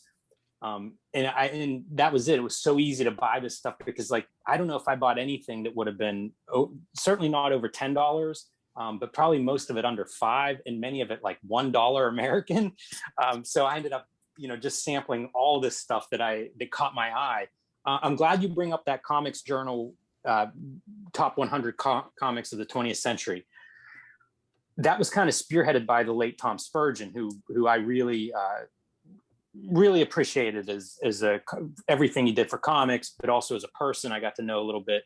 And I had mentioned on a previous Cartoonist Kayfabe Weekly when we were at Charlotte about the Fantagraphics history book, We Told You So. And Spurgeon wrote that or co-wrote that. And I wanted to mention it because it's available on HamiltonBooks.com right now for $10. And I think it's $40 cover price. It's a big, thick hardcover, hundreds of pages, lots of great graphics and images and photos and anecdotes and all this stuff. If you're interested in Fantagraphics and alternative comics, it's a really fabulous book. And like I said, $10 right now on HamiltonBooks.com. So if, you know, like I had held off on that, and that's how I ended up getting my copy probably about a year ago, but it's still there. So that's my tip for in response to that. But Spurgeon, one of the great, you know, champions of comics history, and I think his legacy continues to live on through things like the top 100 list of the 20th century comics. And we plan to cover that at some point, Ian. You know, that's such a big piece of comics and text. It's something we've talked about a lot, and it's sometimes we have these things we want to cover on the channel, and it's sort of like, how do we do this? Is it a Sunday? Is it multi-part? Do we do, you know, one entry at a time? So we will cover that in greater depth at one point, but you know, it's been on my dream list. It's a fight. Yeah, I'm sure the comments will be lively underneath that, but a really cool project. You know, it's definitely a snapshot of what you summed that up really well. That idea of like 21st century, suddenly comics just go berserk. You know, it's like they've exploded out into the wild. Which is awesome, but that list is kind of that snapshot of the last moment when we could all go to the comic shop and, you know, speak the same language. 1999. Yeah. Awesome. Thanks so much, Ian. Talk to you. All right. All right, Steven, what's up, man? Hey, Jim. I was wondering I really like your idea about being an incompletist. And I wonder if you find yourself being drawn more to comic anthologies that allow for that kind of sampling. I have a really fond memory of digging through my LCS and pulling out a DC Talent Showcase 19, and I'm flipping through it. And I say, "What's this wordless detective story by Darwin Cook?" Darwin Cook! Like, I mean, I just remember like kind of like leaping out of my skin because the art looks so different than what you see in like DC New Frontier or anything like that. And then like a kayfabe, sent this my way, and just I don't know, like I found like a lot of that pleasure of that sampling, even just seeing more wordless comics, So I was wondering what you thought about how your sampling of anthologies has been under that umbrella of being completist. Yeah, I've definitely gone through a lot of anthologies. I remember probably about 2002 maybe or so. I was doing mini comics and I was doing like SPX and stuff.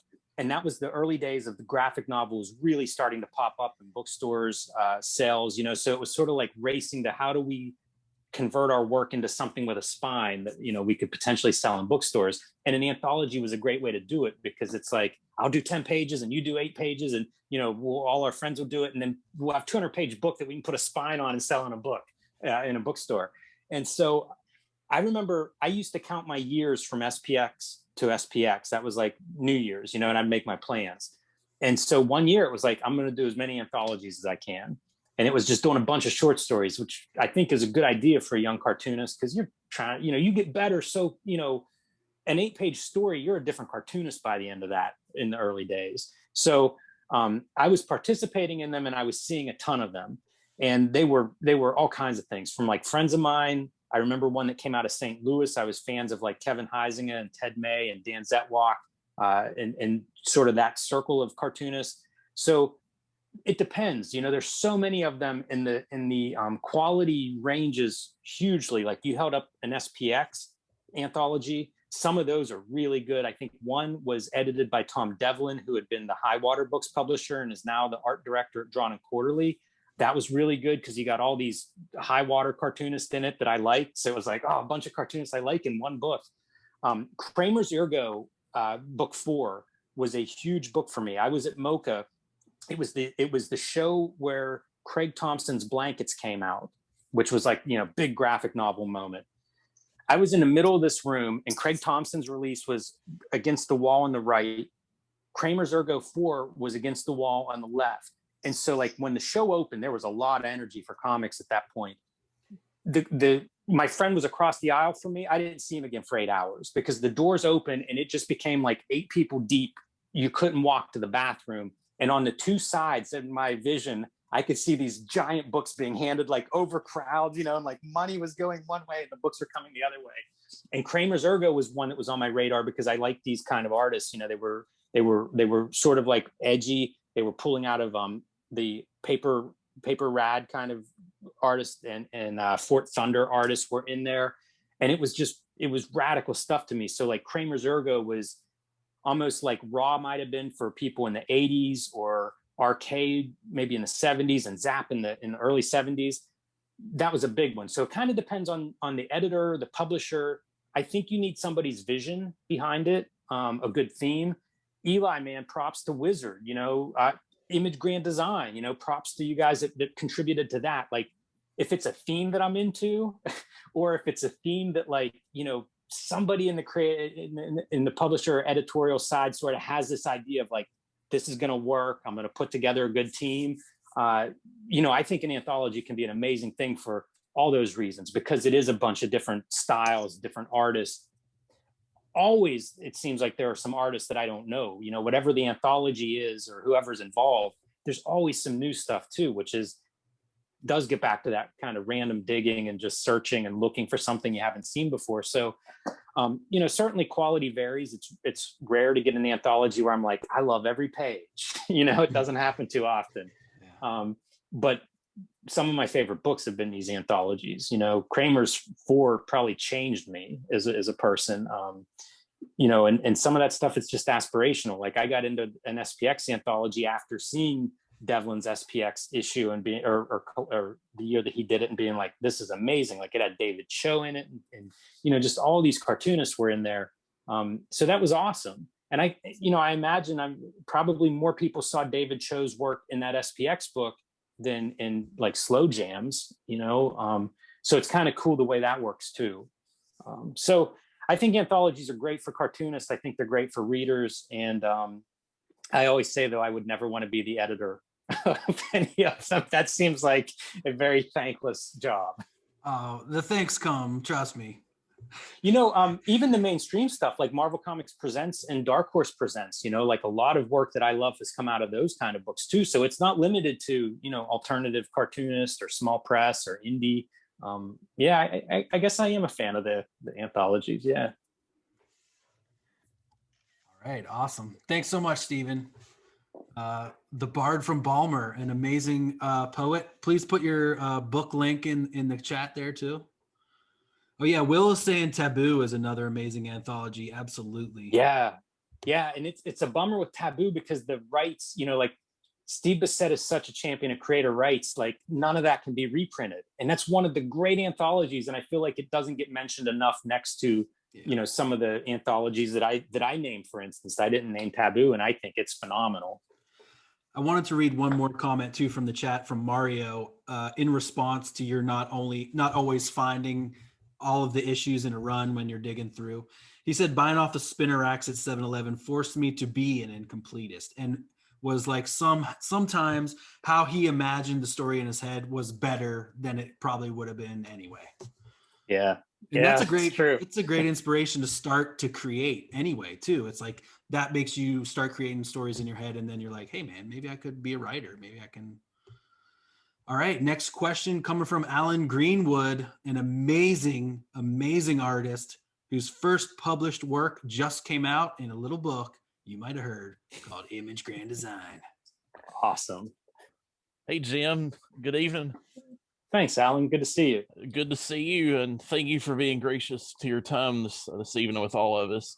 I kind of wanted to go back to the discussion with the incomplete comics and everything, but I kind of wanted to flip the perspective.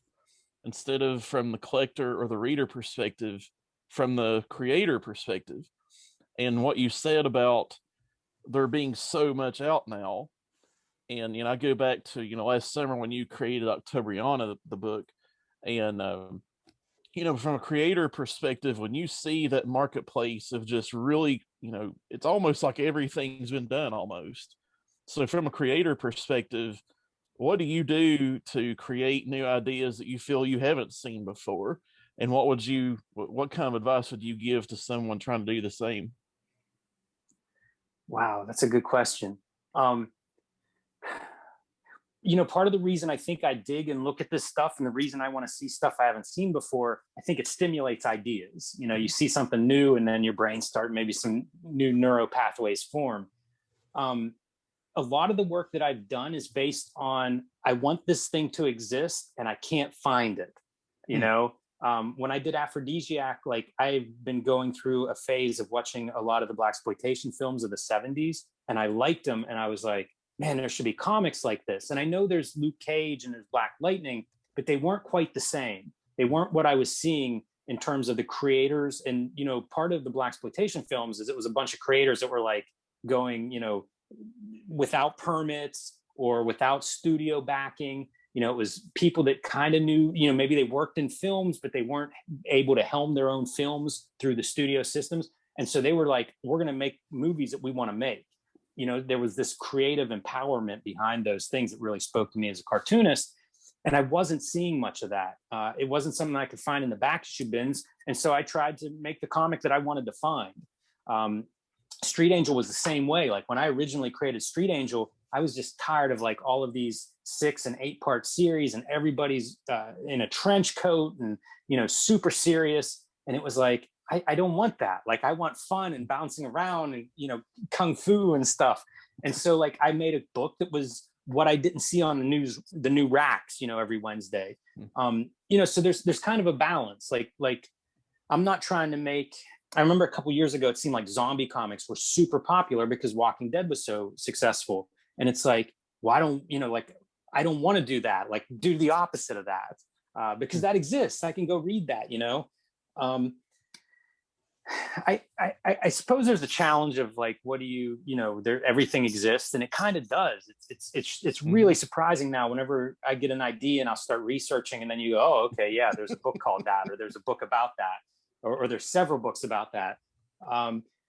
But like if we all decided we were going to make the same book, we came up with a title here tonight, and then we all went off and we'll come back in a month and look at it.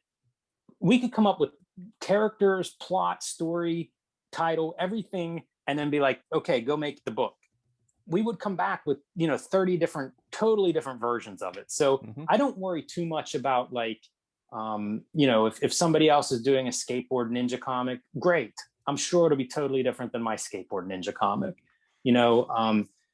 I know some people get real possessive about that kind of thing, like somebody's picking up or copying my idea, but this stuff kind of floats around in the ether. I think everybody, a lot of these ideas, like you'll see them kind of appear, a couple of movies that are very similar, TV shows or books. I think it's inevitable, like this stuff is all being filtered through kind of like the messages and the text and what we're hearing and seeing, and we're all hearing and seeing, we all live in the same planet at the same time. So there's a lot of overlap in that regard.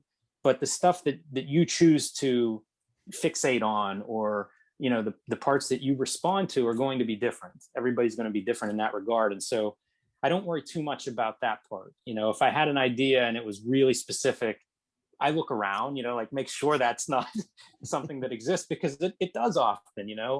I had a comic in Aphrodisiac where he punches Dracula like through the head and his brain comes out the back of his head.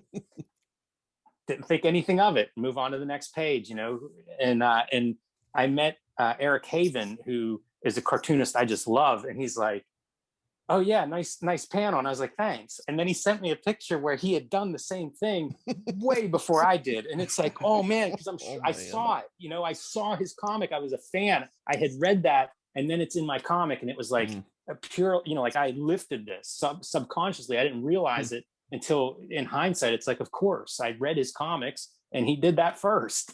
So he was cool. Like we're friends, he was joking around with me about it, but like that happens. So like, if I see somebody else do that with one of my things, it's kind of like, well, yeah, I've done it too. Like you see so many, how many things do you see in a day? Like 20,000 images, it's inevitable. But for the most part, if you make your comic and I make mine, and it could be about the same thing, we're going to end up with two very different pieces in the end. So, you kind of trust yourself and I think be as true to the thing that you're into as you can be. The more you lean into like, this is what I love, the more it's going to be its own piece, and sometimes people are reluctant to do that. Matt Allison earlier, he said, he should work with pro quills and brushes. And it's like, no, man, you should work with what you work with. Your comics are amazing. But I've heard every single cartoonist I've ever talked to, I've heard some version of that. Like, this doesn't look like it should or whatever. And it's like, right, that's why I'm a fan of yours, because it doesn't look like, whatever generic style we all have in our head. But it's a weird thing where like universally, every cartoonist I know has said a version of that. But that's the thing, like we do, you draw with different tools than I do, or you draw a different size, or, like we're just inevitably, it's going to have our own mark on it. And it's like, lean into that, don't think, oh, I wish I drew, like Scott Williams or whoever.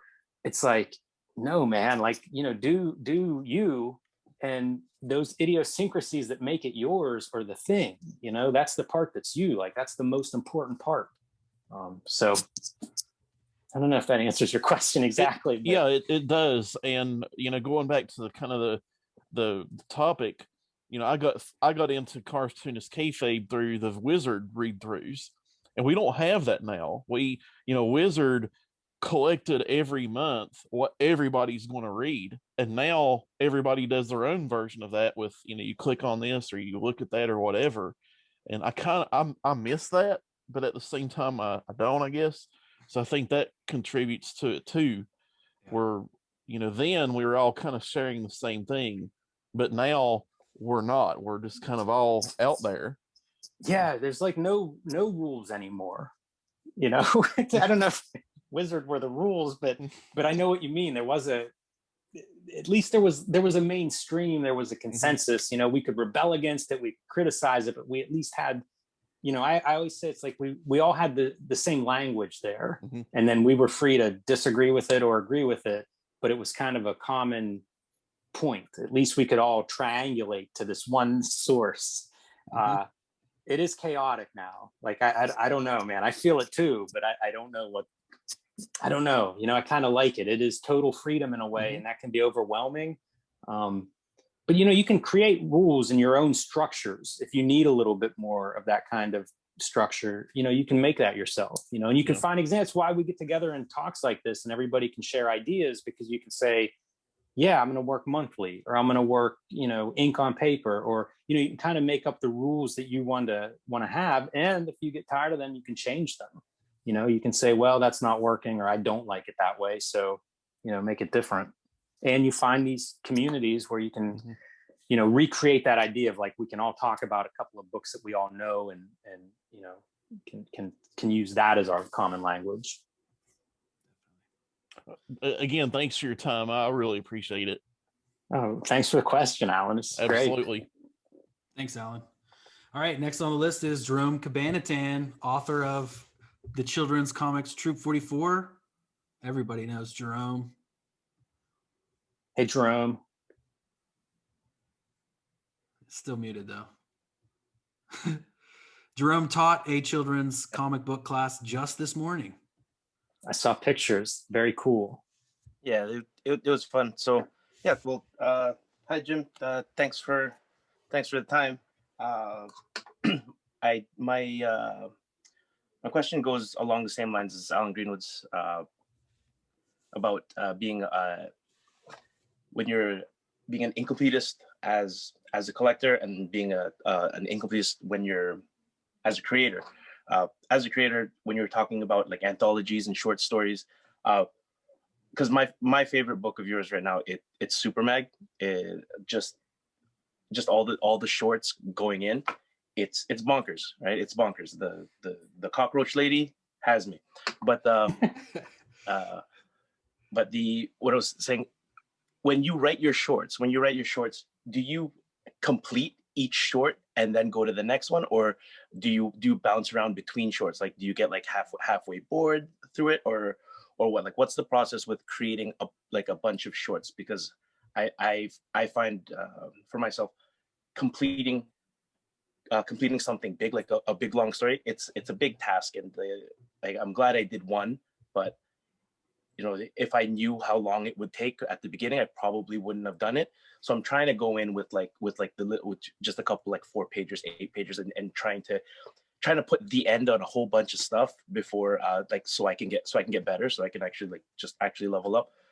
I'd like to have like a Super Mag type book soon, but I find myself like I'll get to a certain point, I'll get to the cool part, and then kind of just flounder, and I want to like bump to the next one, but there's always that fear in the back of your head of, am I actually going to finish one, right? So like there's so much juggling. How do you manage that? I try to finish them. I do work on more than one thing at a time, but in different stages as much as possible. Like whenever I'm working on a story, especially once it gets to the drawing stage, I try to finish it because styles change, enthusiasm level, like you're sort of in a certain space. At least I get that way, where like I'm obsessing over it. I'm thinking about, how do I solve this? How does that ending work? Until I actually draw it, like I'm turning it over in my head and trying to make sure, is there a better way to do it? But I'm in that mind frame. So I try to, especially a short story, I try to do it uninterrupted as much as possible. so I like Farrell Dalrymple's work a lot. And I remember, like, if you ever see his sketchbooks, I think they've been published, some excerpts from it. They're amazing, like just beautiful kind of, you know, you can't believe this is somebody's sketchbooks. And there are a lot of cartoonists like that. But I remember talking to him about it. And he was like, I think a professor had given him the advice of like, finish it, like in the case of a drawing. And, you know, in a sketchbook, that can be weird. Like you could start doodling somewhere and then be like, wow, this is a really good drawing, but I'm on the edge of the page now. You know, and you could tape a piece of paper to it, or you could just figure out like some way to solve it, but a lot of it's problem solving, you know? So I would encourage you to like finish these stories. You know, if you feel like you're floundering or you're not sure, that's okay. You know, everybody does bad stories. Like that's okay too. But, you know, like finishing it forces you to sort of like look at what you've got there, the pieces that are done, the amount of space that you have to work with. You know, maybe there's a deadline involved. You know, it's all these things that go into like, you got to solve this problem. That's what finishing it means.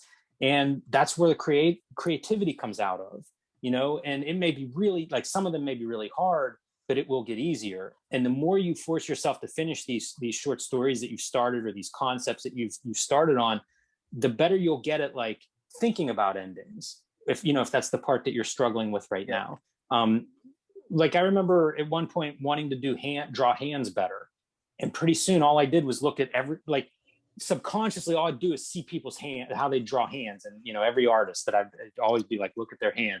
And then I'd be drawing hands in the margins. You know, it's almost like you fixate on it. So if like, there's a part of your stories that you're getting stuck on, like an end, or how do you resolve it? Pretty soon that'll be the thing that you're looking at in the stories you read, or the shows that you watch, or, you know, the stuff that you're turning over in your heads, maybe even the stuff you're dreaming about. You know, so it's like, there's a book on stoicism, the idea like the obstacle is the answer. And if you have a point that you're getting stuck on, you just keep working through it. And pretty soon that'll become your strength. Yeah. Thanks a lot, man. It's funny that you say that, because I was talking with Craig just yesterday, because I finally watched the end of Game of Thrones, and that was as disappointing. But the fact that it was done kind of gave me a little bit of hope. I was like, okay, if you know, they're laughing all the way to the bank, so I can laugh too, right? So if you start focusing on endings and start getting good at writing endings, man, that's a secret to success. Because we all start on the other side. We all have all these great ideas. The person who can solve those endings, well, one of them is Mark Miller. You know, like that was the takeaway whenever we talked to him, to me, was the way he approaches storytelling. And it's like he figures out his endings and works backwards to some extent, so that they're not compromised, so that he knows like what the payoffs are. You know, so it's a good skill. I think everybody, you know, there are millions of stories that have been started and never finished. You know, you start landing those endings and forcing yourself to get to that ending. I always say that too, like with drafts. You know, if you're working out like your story in a note form or in a rough draft, it's just get to that finish line. I had a writing teacher that called that first draft the fuck it draft, where it's like, shut the editor off, get through it, because then you have the ingredients to go back and revise and fix and add and look at the whole thing. You know, there's different strategies like that to kind of get there. But, you know, you figure out how to approach endings, how to solve that as part of your process, and you'll be in good shape, man. You'll be able to, you know, tell stories your whole life. Well, thanks, Jim. That's kind of what I want to do. So thanks for your time. Man. Those are great answers. Rick, we're going to be talking now more. All right, Word, you want to take these last 4 questions, Jim? Yeah, I'll try to be quick. Yeah. All right, no worries. We say we're going to end it round. Exactly. Yeah, the lightning round. We said we were going to end at 7, so we're already over. I'm not really worried about it. Yeah, let's keep going. We can tell, Jim, when you speak, the love that you have for this craft. So like you going over, it's not a problem, because it's like we're all sharing this love that we have for this craft. Craig mentioned it earlier, so it's just, yeah, we all share this like intense love for this medium. So it's like we're all psyched. All right, cool. So let's see. Jason Lapidus is next, an amazing cartoonist from Canada. His book, Gang, Group of 7. I love it. Yes, I know that book. Yep, about a new take on Canadian history. We get along marvelously. We're great friends. And this is the part where he's going to say something funny. You're muted. Yes, I got to make the funny. I made a funny. Splinter. Hold on. All There right. you go, bud. Eli, I disagree with everything you've said. I figured you would. Putting that out there. Like everyone else says, Jim, thank you so much for coming and doing this tonight. We all really appreciate hanging out with you for what is for us a Saturday night. So that's awesome. Thank you. You've been pretty vocal about reaching out to new areas to find audiences. And, with Octobriana, it seemed like a real love letter to underground stuff and a product that was geared towards people who love comic books. It's like a really knee deep in the love of comics. But are there any new avenues that you're interested in exploring to reach out to those people that might be on the fence about starting to read comics that aren't from like a local comic book store, that are, like libraries are a big thing for you, but are there any other areas that you're looking to play with and explore to bring new readers to the medium? You can just say no and not answer anything else. It's okay. You know what? Nope.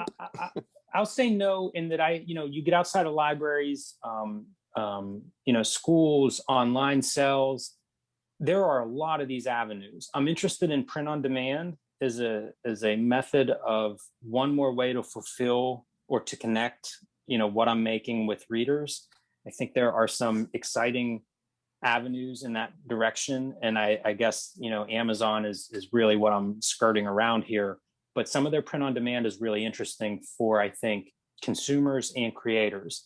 For example, I think their split is like 60-40, and I don't have this in front of me, so I may be wrong, but a traditional royalty payment, you're fighting over about 10%, maybe say 8 to 11%. And you can do the math on the book business with distributors, printers, where all these costs go. But ultimately, if everything works right, that's what you have to play with. So if you're able to somehow increase your royalty cut to, 30%, 40%, 50% of a sale, that's significant for a creator. So I think that's really interesting and worth looking into, because there are a lot of avenues for that. I sell my stuff digitally now through my website, and I've done pretty well with that. I'm not going to get rich off of that at the rate that it sells, but it's still another avenue where, as a creator, you think of royalties. That's a really smooth transaction for me, and from, people who have bought stuff that I've talked to, for them, like it works out both ways. They know what they're getting. They're happy with what they get. It's Comixology is the same deal. So, one thing for me is how I want my work to be wherever a reader is looking for it. So Amazon, Comixology, my website, my Patreon, comic shops, libraries, bookstores. I want it all those places. So that's one thing that I think about in terms of where can I put the work to make it accessible for as many people as possible. Comic book shows, if I'm there, it's why I work with a publisher, because then they have more avenues. So that's one thing. But I also try to look at what's going on. And years ago, I started looking into like phone comics, and this would be like Tapas, used to be Tapastic, Webtoons. And you start going down those avenues and really participating, like putting your comics on there and following people and subscribing to them and seeing what's trending and what's popular. And it blew my mind, because like there are tens of millions of people on Webtoons. Some of these popular comics on there, the numbers are staggering. Like if you think of, what's popular in the direct market, it's maybe less than 1% of the audience that's participating on something like Webtoons. And it blew my mind, because it's like, this is a massive audience, and they're completely new to me. I don't speak to them at all. I don't know anybody that talks about them. And yet there's 30 million of them, subscribing to this one comic about a mermaid. And I'm like, what is happening here? So, like there are these avenues that I need to explore further and participate in more and kind of see how they work. But not necessarily something I'm pioneering. It's more of like, there's a huge bunch of comic lovers that I don't even talk to, that happen to be over here. Even within the direct market or within a bunch of collectors, there are huge groups like this. Like, I go to comic book stores whenever I can, and you see CGC books in the rack. I don't have any CGC books, but how many of these comic shops don't exist if CGC isn't a thing? You know, like it's a big part of the comic book industry, the market, you know, the business of comics. A whole bunch of people participate through CGC that is completely alien to me. But without them, who knows? You know, do we have a fraction of the comic shops still out there? I think I've used this example before. Like, you know, somebody goes to shops every Wednesday and they buy every Spider-Man book. I don't buy any Spider-Man book. It's like we're doing two totally different things, even if we happen to be in the shop at the same time. So, you know, there are so many of these groups that participate in comics in some way. Raina Telgemeier, like all the middle school readers, you know, you talk about libraries and schools. Raina Telgemeier has sold millions of copies of Smile. Or Dog Man, I always get Dog Man, Dog Boy. You know, these are books that I can buy at my grocery store. Like literally I've seen Raina's books there and this dog person book. Dog there. Man. Dog Man. You know, and again, it's a totally different audience, but it's comics. We can all agree it's comics. You could go one step further and think about newspaper comics. You know, that's another place where there are comics and readers and cartoonists, and yet it's completely divorced from something like Octobriana. So, you know, there are all of these channels and there are all these ways that people interact with comics. And I'm interested in connecting with as many as makes sense with what I do. But there's still a bunch, you know, like you're not going to check off all those boxes. So I don't know the answer, you know, like I do think comics are very healthy in certain regards. I think in terms of what's available, it's really great. I think in terms of readers, it's pretty good. You know, maybe the best it's been in my life, because we do have books for all ages. We have books for people who are interested in alternative styles. And I mean, by alternative, I mean alternative to, say, Marvel and DC, what I grew up with on the spinner rack. You know, if you're into anime and video games, you may be into manga. And we've got so much of that now compared to, like, I don't know, early 80s, we had zero. You know, none of that was available here. And now we've got bestsellers that are available, you know, every week. So it's really great. But I don't know, you know, like as a creator, it's sort of like, what do I want to make? And then I figure out how to sell it. And sometimes it overlaps with some of these other models. Sometimes it puts me in new places. Like when I started Street Angel at Image, that's when I was doing webtoons, you know, and I would have my plugs at the end of those places. So I don't know that I'm bringing in too many new readers, but I do try to think about what I'm making and then, like, where can I find those? With Octobriana, you mentioned the different places that sold. Another place was printmakers. You know, like I'm into printmaking and I have friends who are into printmaking and book artists. And like I reached out to them and I was like, who do you know that I should contact that would be interested in this? Because I'm using fluorescent ink. I'm doing some stuff that printmakers would be interested in. And I think I did well there. You know, like I had coverage on different print blogs and print sites. And so, you know, that might be a very small example of like, how can I put a comic book in front of somebody who maybe doesn't really read a comic or, you know, hasn't read a comic in a long time. But it's a case by case thing. You know, it's almost like figure out what I'm making and then figure out, like, realistically, what is this? You know, who can I show this to and be honest about what it is that I've made? And they might be receptive to it. That's awesome. Thank you. Welcome. Thanks, Jason. I put the link for your comics in the chat there, everyone. Group of seven comics.ca if y'all want to pick up some books. Yeah, man, of course. All right, so we have 4 more questions if you're up for it. We got Kevin Delgado next. He's got a Kickstarter going on right now for Tough Stuff. It's looking good. I'm going to put that in the chat as well. I backed it enough to get in there. I'm a nightclub owner who gets his head smushed. I'm super psyched about being in it. And here's Kevin. Hey, Kevin. I think you're still muted, bud. Kevin, you're still muted. I'm going to ask you to unmute. Gotcha. Hey, can you hear me? Gotcha. Yep. All right. Hey, thanks for joining us, Jim. I really appreciate it too. My question was with, you know, a lot of like the top tier artists doing Kickstarters, like Tony Daniel and Scott Snyder, and now I think Greg Capullo is doing a creator-owned, David Finch's. Like all these people have like mass exodus from the major labels or the major publishers or whatever. And I was just kind of thinking, like, where do you think that leads to the rest of the state of the industry? Is like everything going to be kickstarted? Like what are the ramifications of that? What do you see happening in regards to that kind of thing? Man, that's a tough question. I have no idea. There's just more and more options. I wanted to do a crowdfunder forever before I did Octobriana, and that project just fit pretty well, is the reason that I finally got to do one.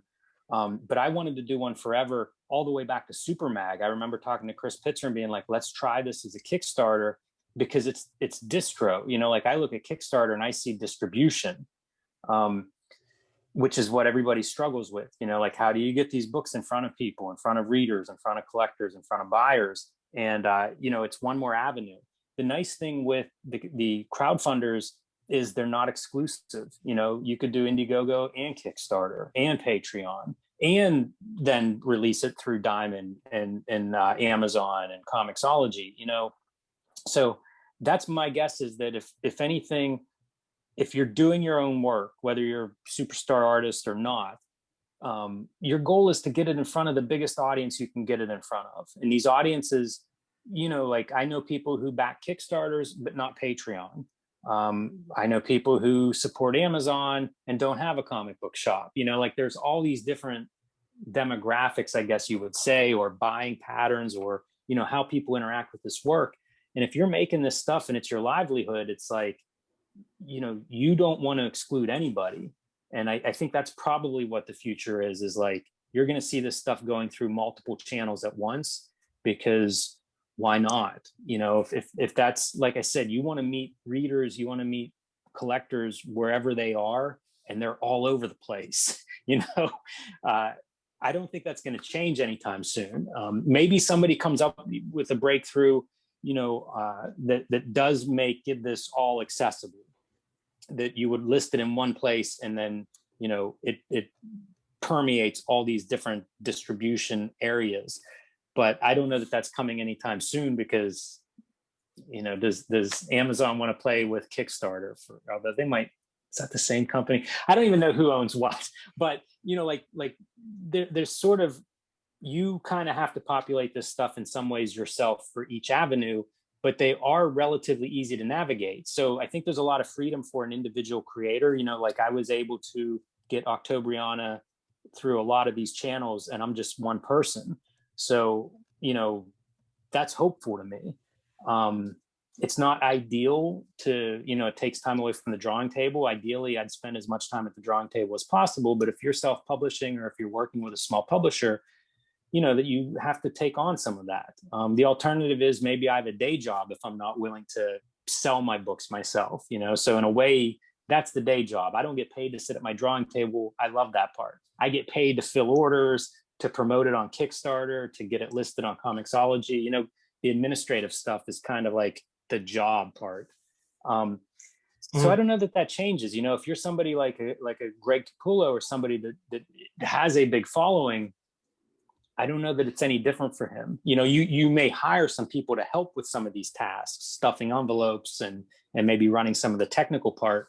But as a cartoonist, it's the same thing. You just want to get it in front of as many readers as possible, as many people who are interested in the thing you're making. You want to make sure that you are able to put the book in front of them.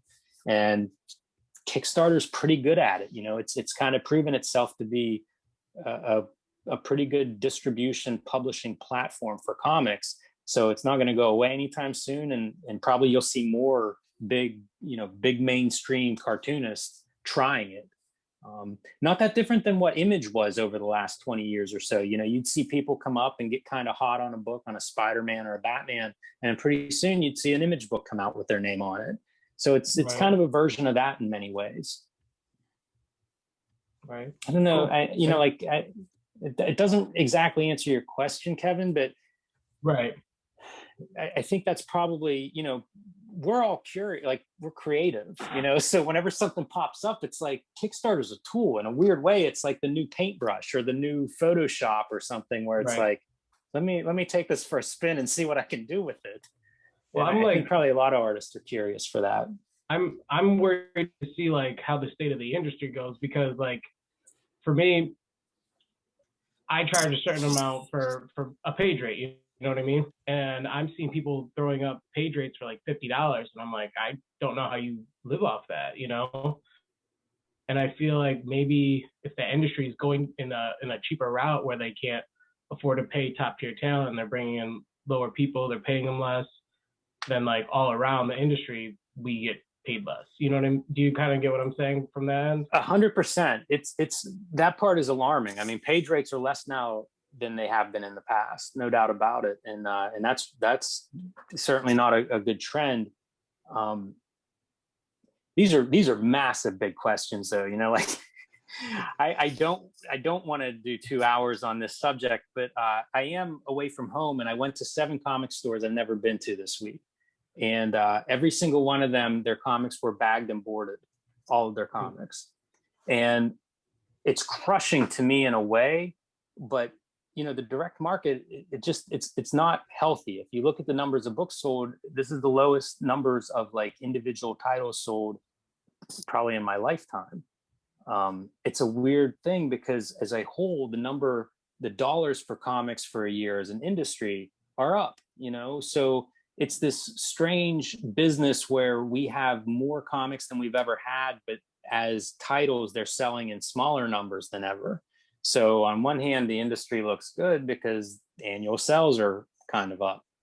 But then you look at the books and it's like, wow, we have a smaller bag of money for all the creators to divvy up and the publishers to divide up. So I don't know what that answer is. I think the direct market is going to have to evolve in some way. But I also think the direct market could rebound partially if comics as a whole are trending up. You know, if more readers are interested in looking for comic shops, that may be a way for comic shops to kind of rebound and for the direct market to rebound. And there are a lot of very successful comic shops and comic shop proprietors, you know, so the thing with the direct market is the direct market's all these comic shops, but every comic shop's a different business. And I believe there's something like 10 shops that account for something like 80 or 90% of the direct market.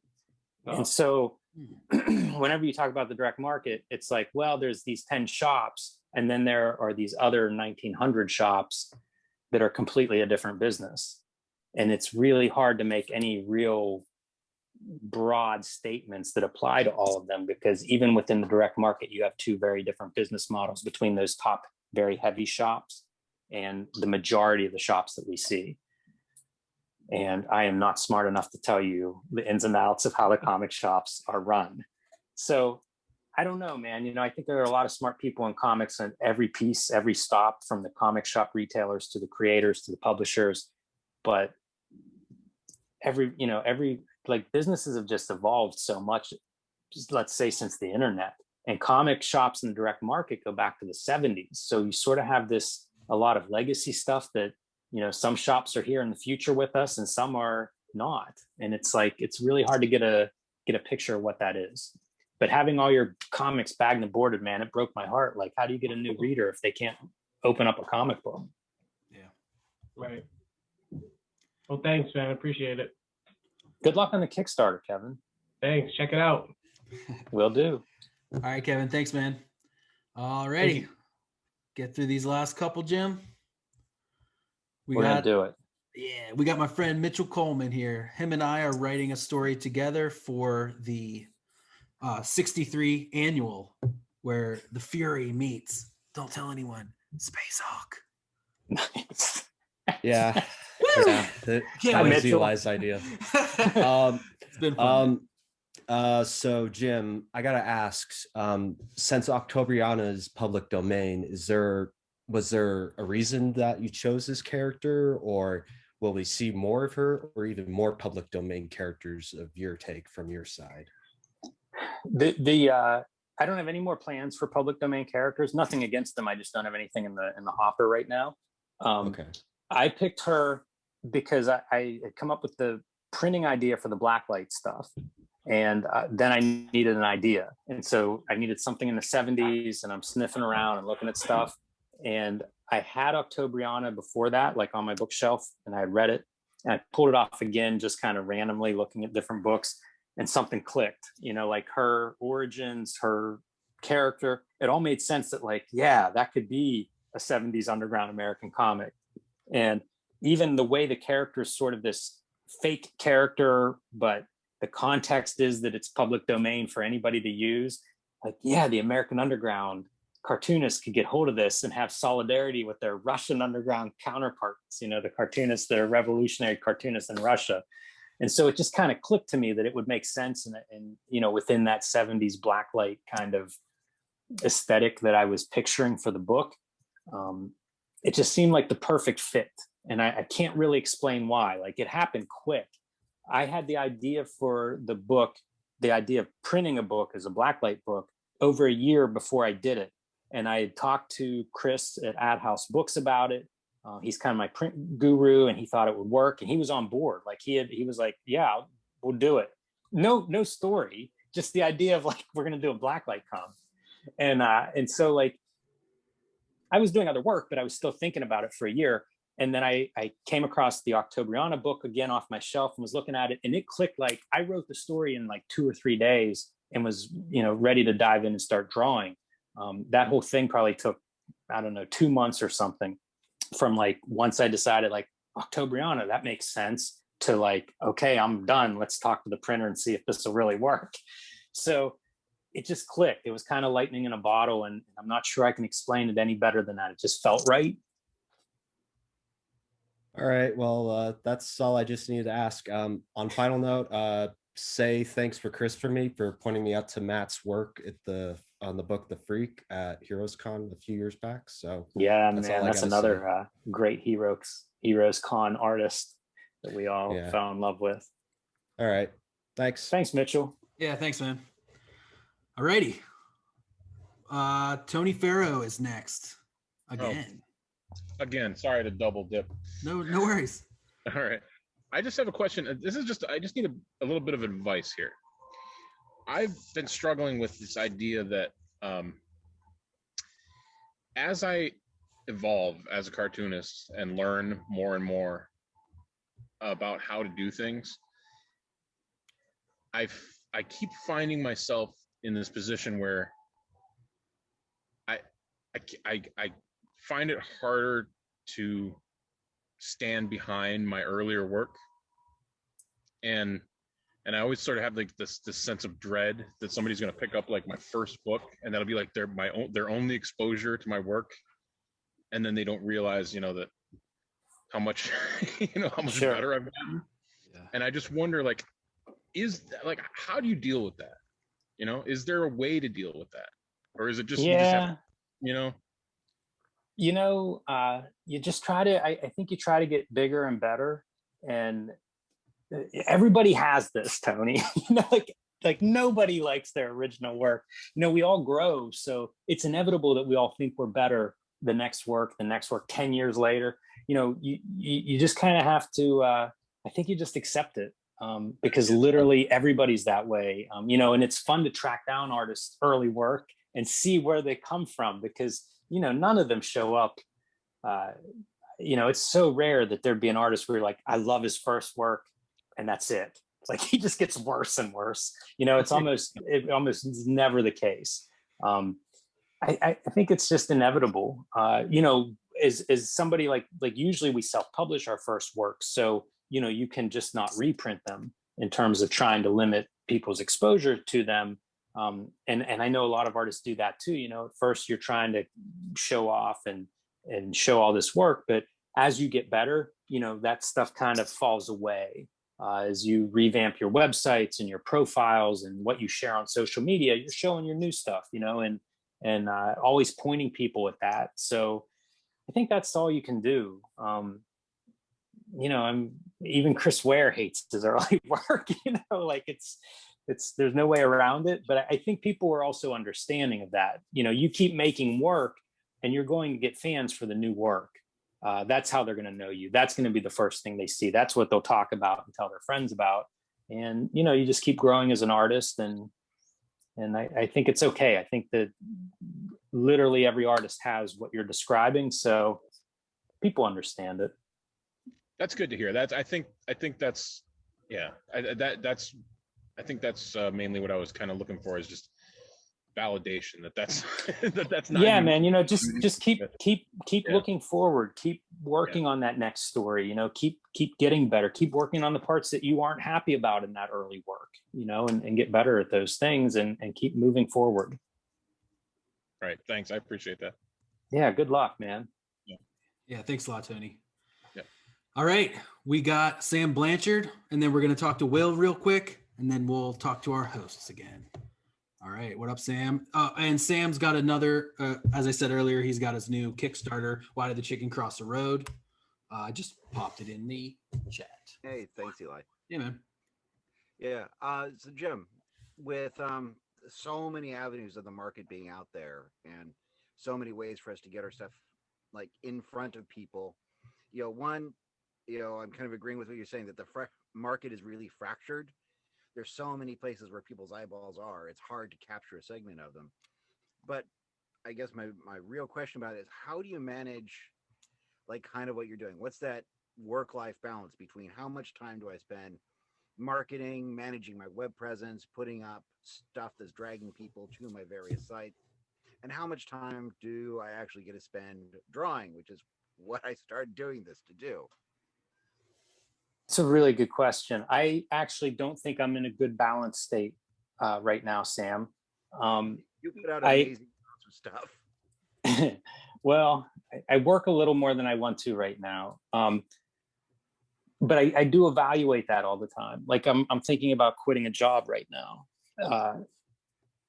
And I don't know whether I will or not, but I constantly am evaluating this stuff. So if you feel like you're spending too much time on something rather than something else, it's like changing your process or your tools, like really kind of, you may want to track what you do for a week or two and see actually where your time is going. You might be surprised. You might find some time in there. I did that a couple years ago and found that I was much better off if I would say, do all of Cartoonist Kayfabe in one day. It's just, that's what I'm going to do this day. I'm going to record stuff. I'm going to edit videos. I'm going to, post things. And then, the next day I draw, or, 3 days I draw or whatever. And before, whenever I started tracking it, I was finding that I was trying to do a whole bunch of stuff every day. And I was so inefficient at switching from one task to another that I would end up losing 45 minutes while I was switching from drawing to, writing or doing something else. And I realized, like, you do all drawing, and then you won't have those 45 minutes of wasted time 2 or 3 times a day. So, like, one thing, track your time and see if there are places where you can find a little bit more time. But then also look at what you're spending time with and think about, like, if there are tasks that you really don't want to spend your life doing, how can you resolve those things? I would do, I was freelancing really heavily years ago, and that was part of that inefficiency. And I didn't want to do that. I didn't want to have 18 jobs on my, open jobs on my desk.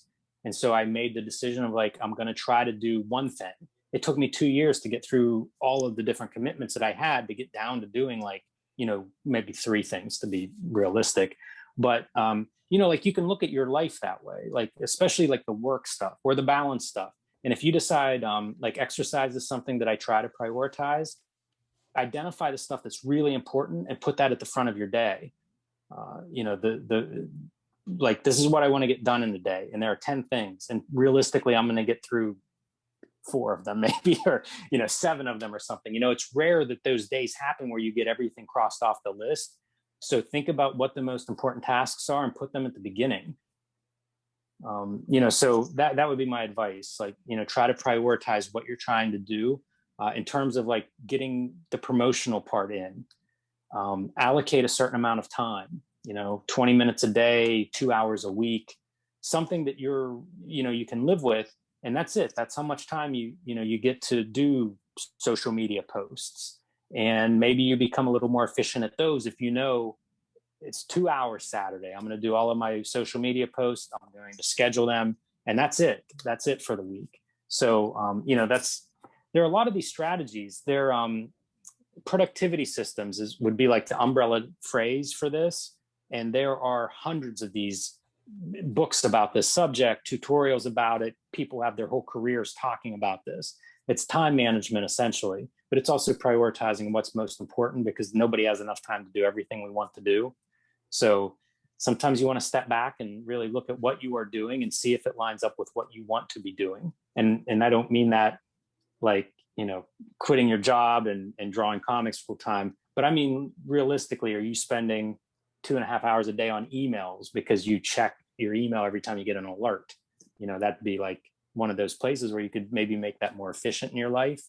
And nobody wants to spend, you know, half their day doing email. So, you know, maybe you just do that one time a day in the morning or at night or at lunch or something, rather than having your alerts on, you know, would be an example of that. So track your time for 2 weeks and really look at how you're spending that time and see if it lines up right. Okay. I mean, that's a great suggestion. Part of it is like splitting it between different platforms, right? Because we've got all these different social media platforms, and you know, I'm just breaking into the business and trying to get people to see my stuff. So, you know, it's a little overwhelming, like the 150 different places I can put comics up where people are looking. You know, like I did webtoons, that was a hassle, but you know, that's a big one. You know, there's the Instagram, there's the Facebooks, there's, well, you know, running a Kickstarter is half a full-time job right there. And you know, everything else that's going on, and just trying to keep your presence out there so people are finding you, so you can get seen. Yeah. The Cartoonist Kayfabe group is incredibly supportive and great about like spreading the word on things. But you know, that is a time suck in itself, like just trying to get out there and establish. No doubt. Yeah. Try capping that. Try capping the amount of time that you devote to that each week. You know, it sounds like that's the area that you're thinking about the most. So that would be my recommendation. You know, try giving yourself X amount of time each week and do that for a month and see how you feel at the end of that month. That like a Hootsuite that I can like front load a bunch of stuff and schedule it. But Hootsuite doesn't go to like all the platforms. It doesn't like send up stuff to my Patreon. And if I don't get stuff to my Patreon followers, they give up on me. You know, it won't post to Kickstarter to give an update when I've got the same thing. So I'm cutting and pasting things to 5 different platforms. Yeah, I don't think there's an easy answer. You know, it really is different for each person. So if you're unhappy with it, I would say really take a look at it and plan a new strategy and try it for. And dream, man. You know, like whenever you sit down and think, okay, I'm going to overhaul my social media, think about like, you know, pick 3 that you like, do your 3 favorites and slough off on the other ones for a couple of months and see what the results are after 3 months. You may be surprised. I'm trying to find the ones that get the most engagement as opposed to the others, but it's tough to see where the answer is, especially with new ones cropping up all the time. Yeah, I agree. We're in the same boat here. Believe me. You'll know that I'm successful, whatever that means, whenever you never see me again online. Cool, man. Thanks so much, Sam. And thank you, Jim. Good luck, Sam. At least you're not alone on this. I assure you of that. Yeah, man. All right, we got a quick one from Will, and then we'll say goodbye. All right. What's up, bud? Hey Jim, so the question I have, so I'm someone, I mean, I'm doing indie publishing and small press publishing and putting a lot of stuff out there. I'm trying to I'm putting together the Giant Size 63, and I'm doing the Weapon Ek project with Ben, and I'm doing, and the big thing that I'm doing now is the Make More Comics Arts grant, right? And It's very cool, man. Awesome, thanks. But really, really, it's all hobby to me, right? Like I'm doing all this; it's literally money out of my pocket because I love the stuff, right? And what I want to know is like from like a creator's perspective, because I'm not a creator, right? Like I can't draw for shit. You know, I can edit, I can write some, but I can't draw. I can't do what I love about comics. Is there a better way or something that I haven't thought of to help support you guys to get, like, if I say I want Jim Rugg, I want to support Jim Rugg's comics, or I want to support some underground artist that I love, what's another way that I can throw money, or I can throw a product, or I can support them that maybe I haven't thought of yet? You know, like, I'm just, or what's the best way, you know, or what's from your perspective? Man, that's a fascinating question, Will. It sounds like you're doing a lot, to be honest. You know, I saw your grant, a post about your grant, and it's amazing. Do you know Annie Koyama? Are you familiar with Koyama Press? No. It'd be worth looking into her career in comics. She had a brain tumor and was expected to die. And up to that point, she had worked in commercial film. She survived the brain tumor. And whenever she came out of it, she basically wanted to change her life around and be more supportive of artists that she, you know, valued and appreciated their work, as opposed to something a little bit more on the commercial side. And she published as Koyama Press. I think she recently wrapped up about 10 years of publishing as Koyama Press and published some amazing artists and amazing books. She's out of Canada. And now she's doing creator grants. But the reason that I mention her is I call her like the patron saint of comics, because more than anything, she supported cartoonists. Like, I consider her really supportive of me, and she didn't publish my work, but she just had a certain one. She was very personable. I mentioned Tom Spurgeon earlier, and a guy who had this real legacy in comics that, you know, editor of Comics Journal, writer, ran the Comics Reporter, all these things that we see. But also, if you knew him, he would come up to 100 cartoonists at a show and would talk to you like a person. And it sounds, I'm not describing it right, but there was something amazing about that. Just being treated, I don't know, like a human, you know, especially at a convention where it's a lot of madness and it's a lot of just being pulled in a million directions and being stressed out. Spurgeon would have a way of like we're friends and you're a person and how are you? And Annie has the same kind of quality, and it creates a sense of like self-respect that is been lacking in comics history for a lot of cartoonists. And so there are these small gestures and these small things that could really boost, I don't want to say morale, but just the way we think about what we do and who we are and what this is, both as a hobby and a profession, as creators and readers. And I think that we would benefit from more of that. You know, it has to do with self-respect and all of these things. Well, it's dignity, right? It's human dignity. It is dignity. It is, yes. And you know, it's funny because like a couple of people suddenly treat other humans like humans and we go, oh, the saint of comics, you know? But they stand out, you know, at the same time, like they're noteworthy because that's not the way a lot of this stuff is handled. Sometimes it's, you know, comics art is commodity, or, you know, we're selling products. And so I think there are ways to be supportive that may not entail any money, you know, that it's just almost the way we talk to each other, the way we describe this stuff. And so I would say, look at, you know, these examples and see what they do, not necessarily for how do they pay an artist or something, but even just how do we talk about what we do, or how do we talk about comics, or how do we talk about comic book artists?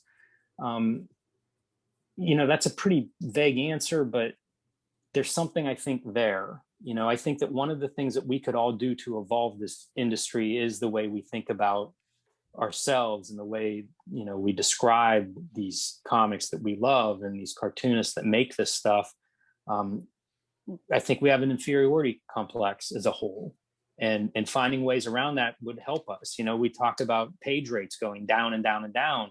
Like at some point we need to have the self-respect to say, I can't, you know, draw a page for $50 or a book for $50 a page or whatever it is. And, you know, I don't know what the answer to that is, but I see your post, Will, and I feel like you are on that wavelength, you know, offering grants to creators, carrying on a tradition of something like the Xeric grant. Like, these are great things. So, you know, you can certainly support individual artists by buying their work, whether it's comics, original art, Patreons, Kickstarters. You know, there's a million of those ways. You can do it by sharing stuff, which your group is great at. You know, that's one of those things that doesn't cost anything. It's just signal boosting. You know, so there's this wide spectrum of ways to be supportive. Sometimes it's just being there, and you know, I always say, like, go out of your way to let the cartoonist whose book you just read that you loved or that made your day better, let them know that, you know, it doesn't cost anything, but you might really help that person. It might be the thing that they really haven't heard for a while in a bad week, and it changes their everything. Sometimes the smallest gesture, what requires no sacrifice on your part, may be monumental to this other person. And a lot of it, I think, comes down to it's just humans being good humans. So keep doing what you're doing, Will. I think you're doing well. Yeah, keep looking for these answers and talking about what you find, because sometimes it's not that somebody's an asshole, it's that you'd never think about it. It's I want to do the right thing. It never occurred to me that sending somebody an email to let them know that, hey man, I read your book this weekend and it was the highlight of my weekend. Yeah, and there's a ton that you just learn by doing and that you didn't even think about. Like, to give an example, like with my first anthology mag, no, my second issue of the anthology mag that I put out, I put someone's story like first in it, and it was totally an unintentional thing on my part. Like, I just thought about how the pieces fit when I'm putting the magazine together, but to him, he thought he took it like a compliment, right? And I was like, that's awesome, I'm glad that you're like, that was unintentional. But then it turned around, because then I thought, oh, does the guy I put last think I hated his comic? You know what I mean? Like, the guy you put last is like the main eventer. Yeah, I was like, I put it there because I thought it was awesome, and this is like a great way to end. Like, but it's those things that you just never think about, and I think that's really good advice on treat the dignity aspect, because I've been the kind of person that's always like, I've met lots of famous people, I've worked shows, I've worked cons, I was a band manager, like I did all this stuff, and I've always just got along with everyone, and it just kind of came naturally, and I never thought of it as different. It always seemed weird to me, like my friends would like get starstruck, and I'm like, why? You just go talk to them like they're just people, So I always found it interesting. So that's good advice. That's interesting. I'll definitely think about that and keep looking for kind of new ways. And thanks for the recommendation on Koyama. I will definitely take a look at that. Cool. Yeah, I put the link for Koyama Press down in the chat as well. It looks awesome. Jim, what can I say? Thanks so much, man. It's been amazing. You went above and beyond for sure. All right. Well, which was amazing. Glad to be here. I appreciate what you guys do, and always good to talk comics, man, with a bunch of comics enthusiasts and makers and comic lovers. So happy to see you guys. Absolutely, man. Thank you so much. I mean, thank you so much to everyone for coming. We had 3 more questions that we were going to get to, but I think we're going to save them for next month. We're going to talk about NFTs. I mean, that's a huge, big thing that's going on. Craig did a ton of research. We're going to definitely get to that next month, sorry. And Ray and Rick both had great questions that were like, so next month we're going to get to a bunch more stuff. If you want to be a guest on this in the hot seat and you're a creator or whatever, hit me up, hit Craig up, hit Ray up, hit Rick up. We're going to try to continue these every single month, the second Saturday of the month. Jim, you're always welcome back. Try to get Ed to come in. All right. But thanks, Eli. Yeah. Thanks, everybody. Yep. We'll see you on the airwaves. We'll see you in the comics. I'll pick which one I like best. Editing.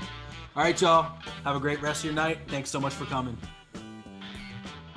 All right, guys. Thanks so much. That was amazing. Sorry, Craig and Rick and Ray. Did you want to do an outro or anything? I was just going to say thanks for everyone showing up. Thanks to Jim, and it's important if anyone's feeling a little bit whatever, reach out. We're always here. I don't mind talking shit to people. So yeah, we literally do Zooms every night. So like if anybody like needs a friend to just draw with, like just reach out and like we'd love to have you on. I want to say it's a great idea. And just like what Craig said, if anyone like just wants to chat and talk comics, I mean, always hit me up. Like I have most evenings and weekends, and I'll do nothing but talk about how cool you guys are. Yeah. Same here. If you guys need somebody to talk to,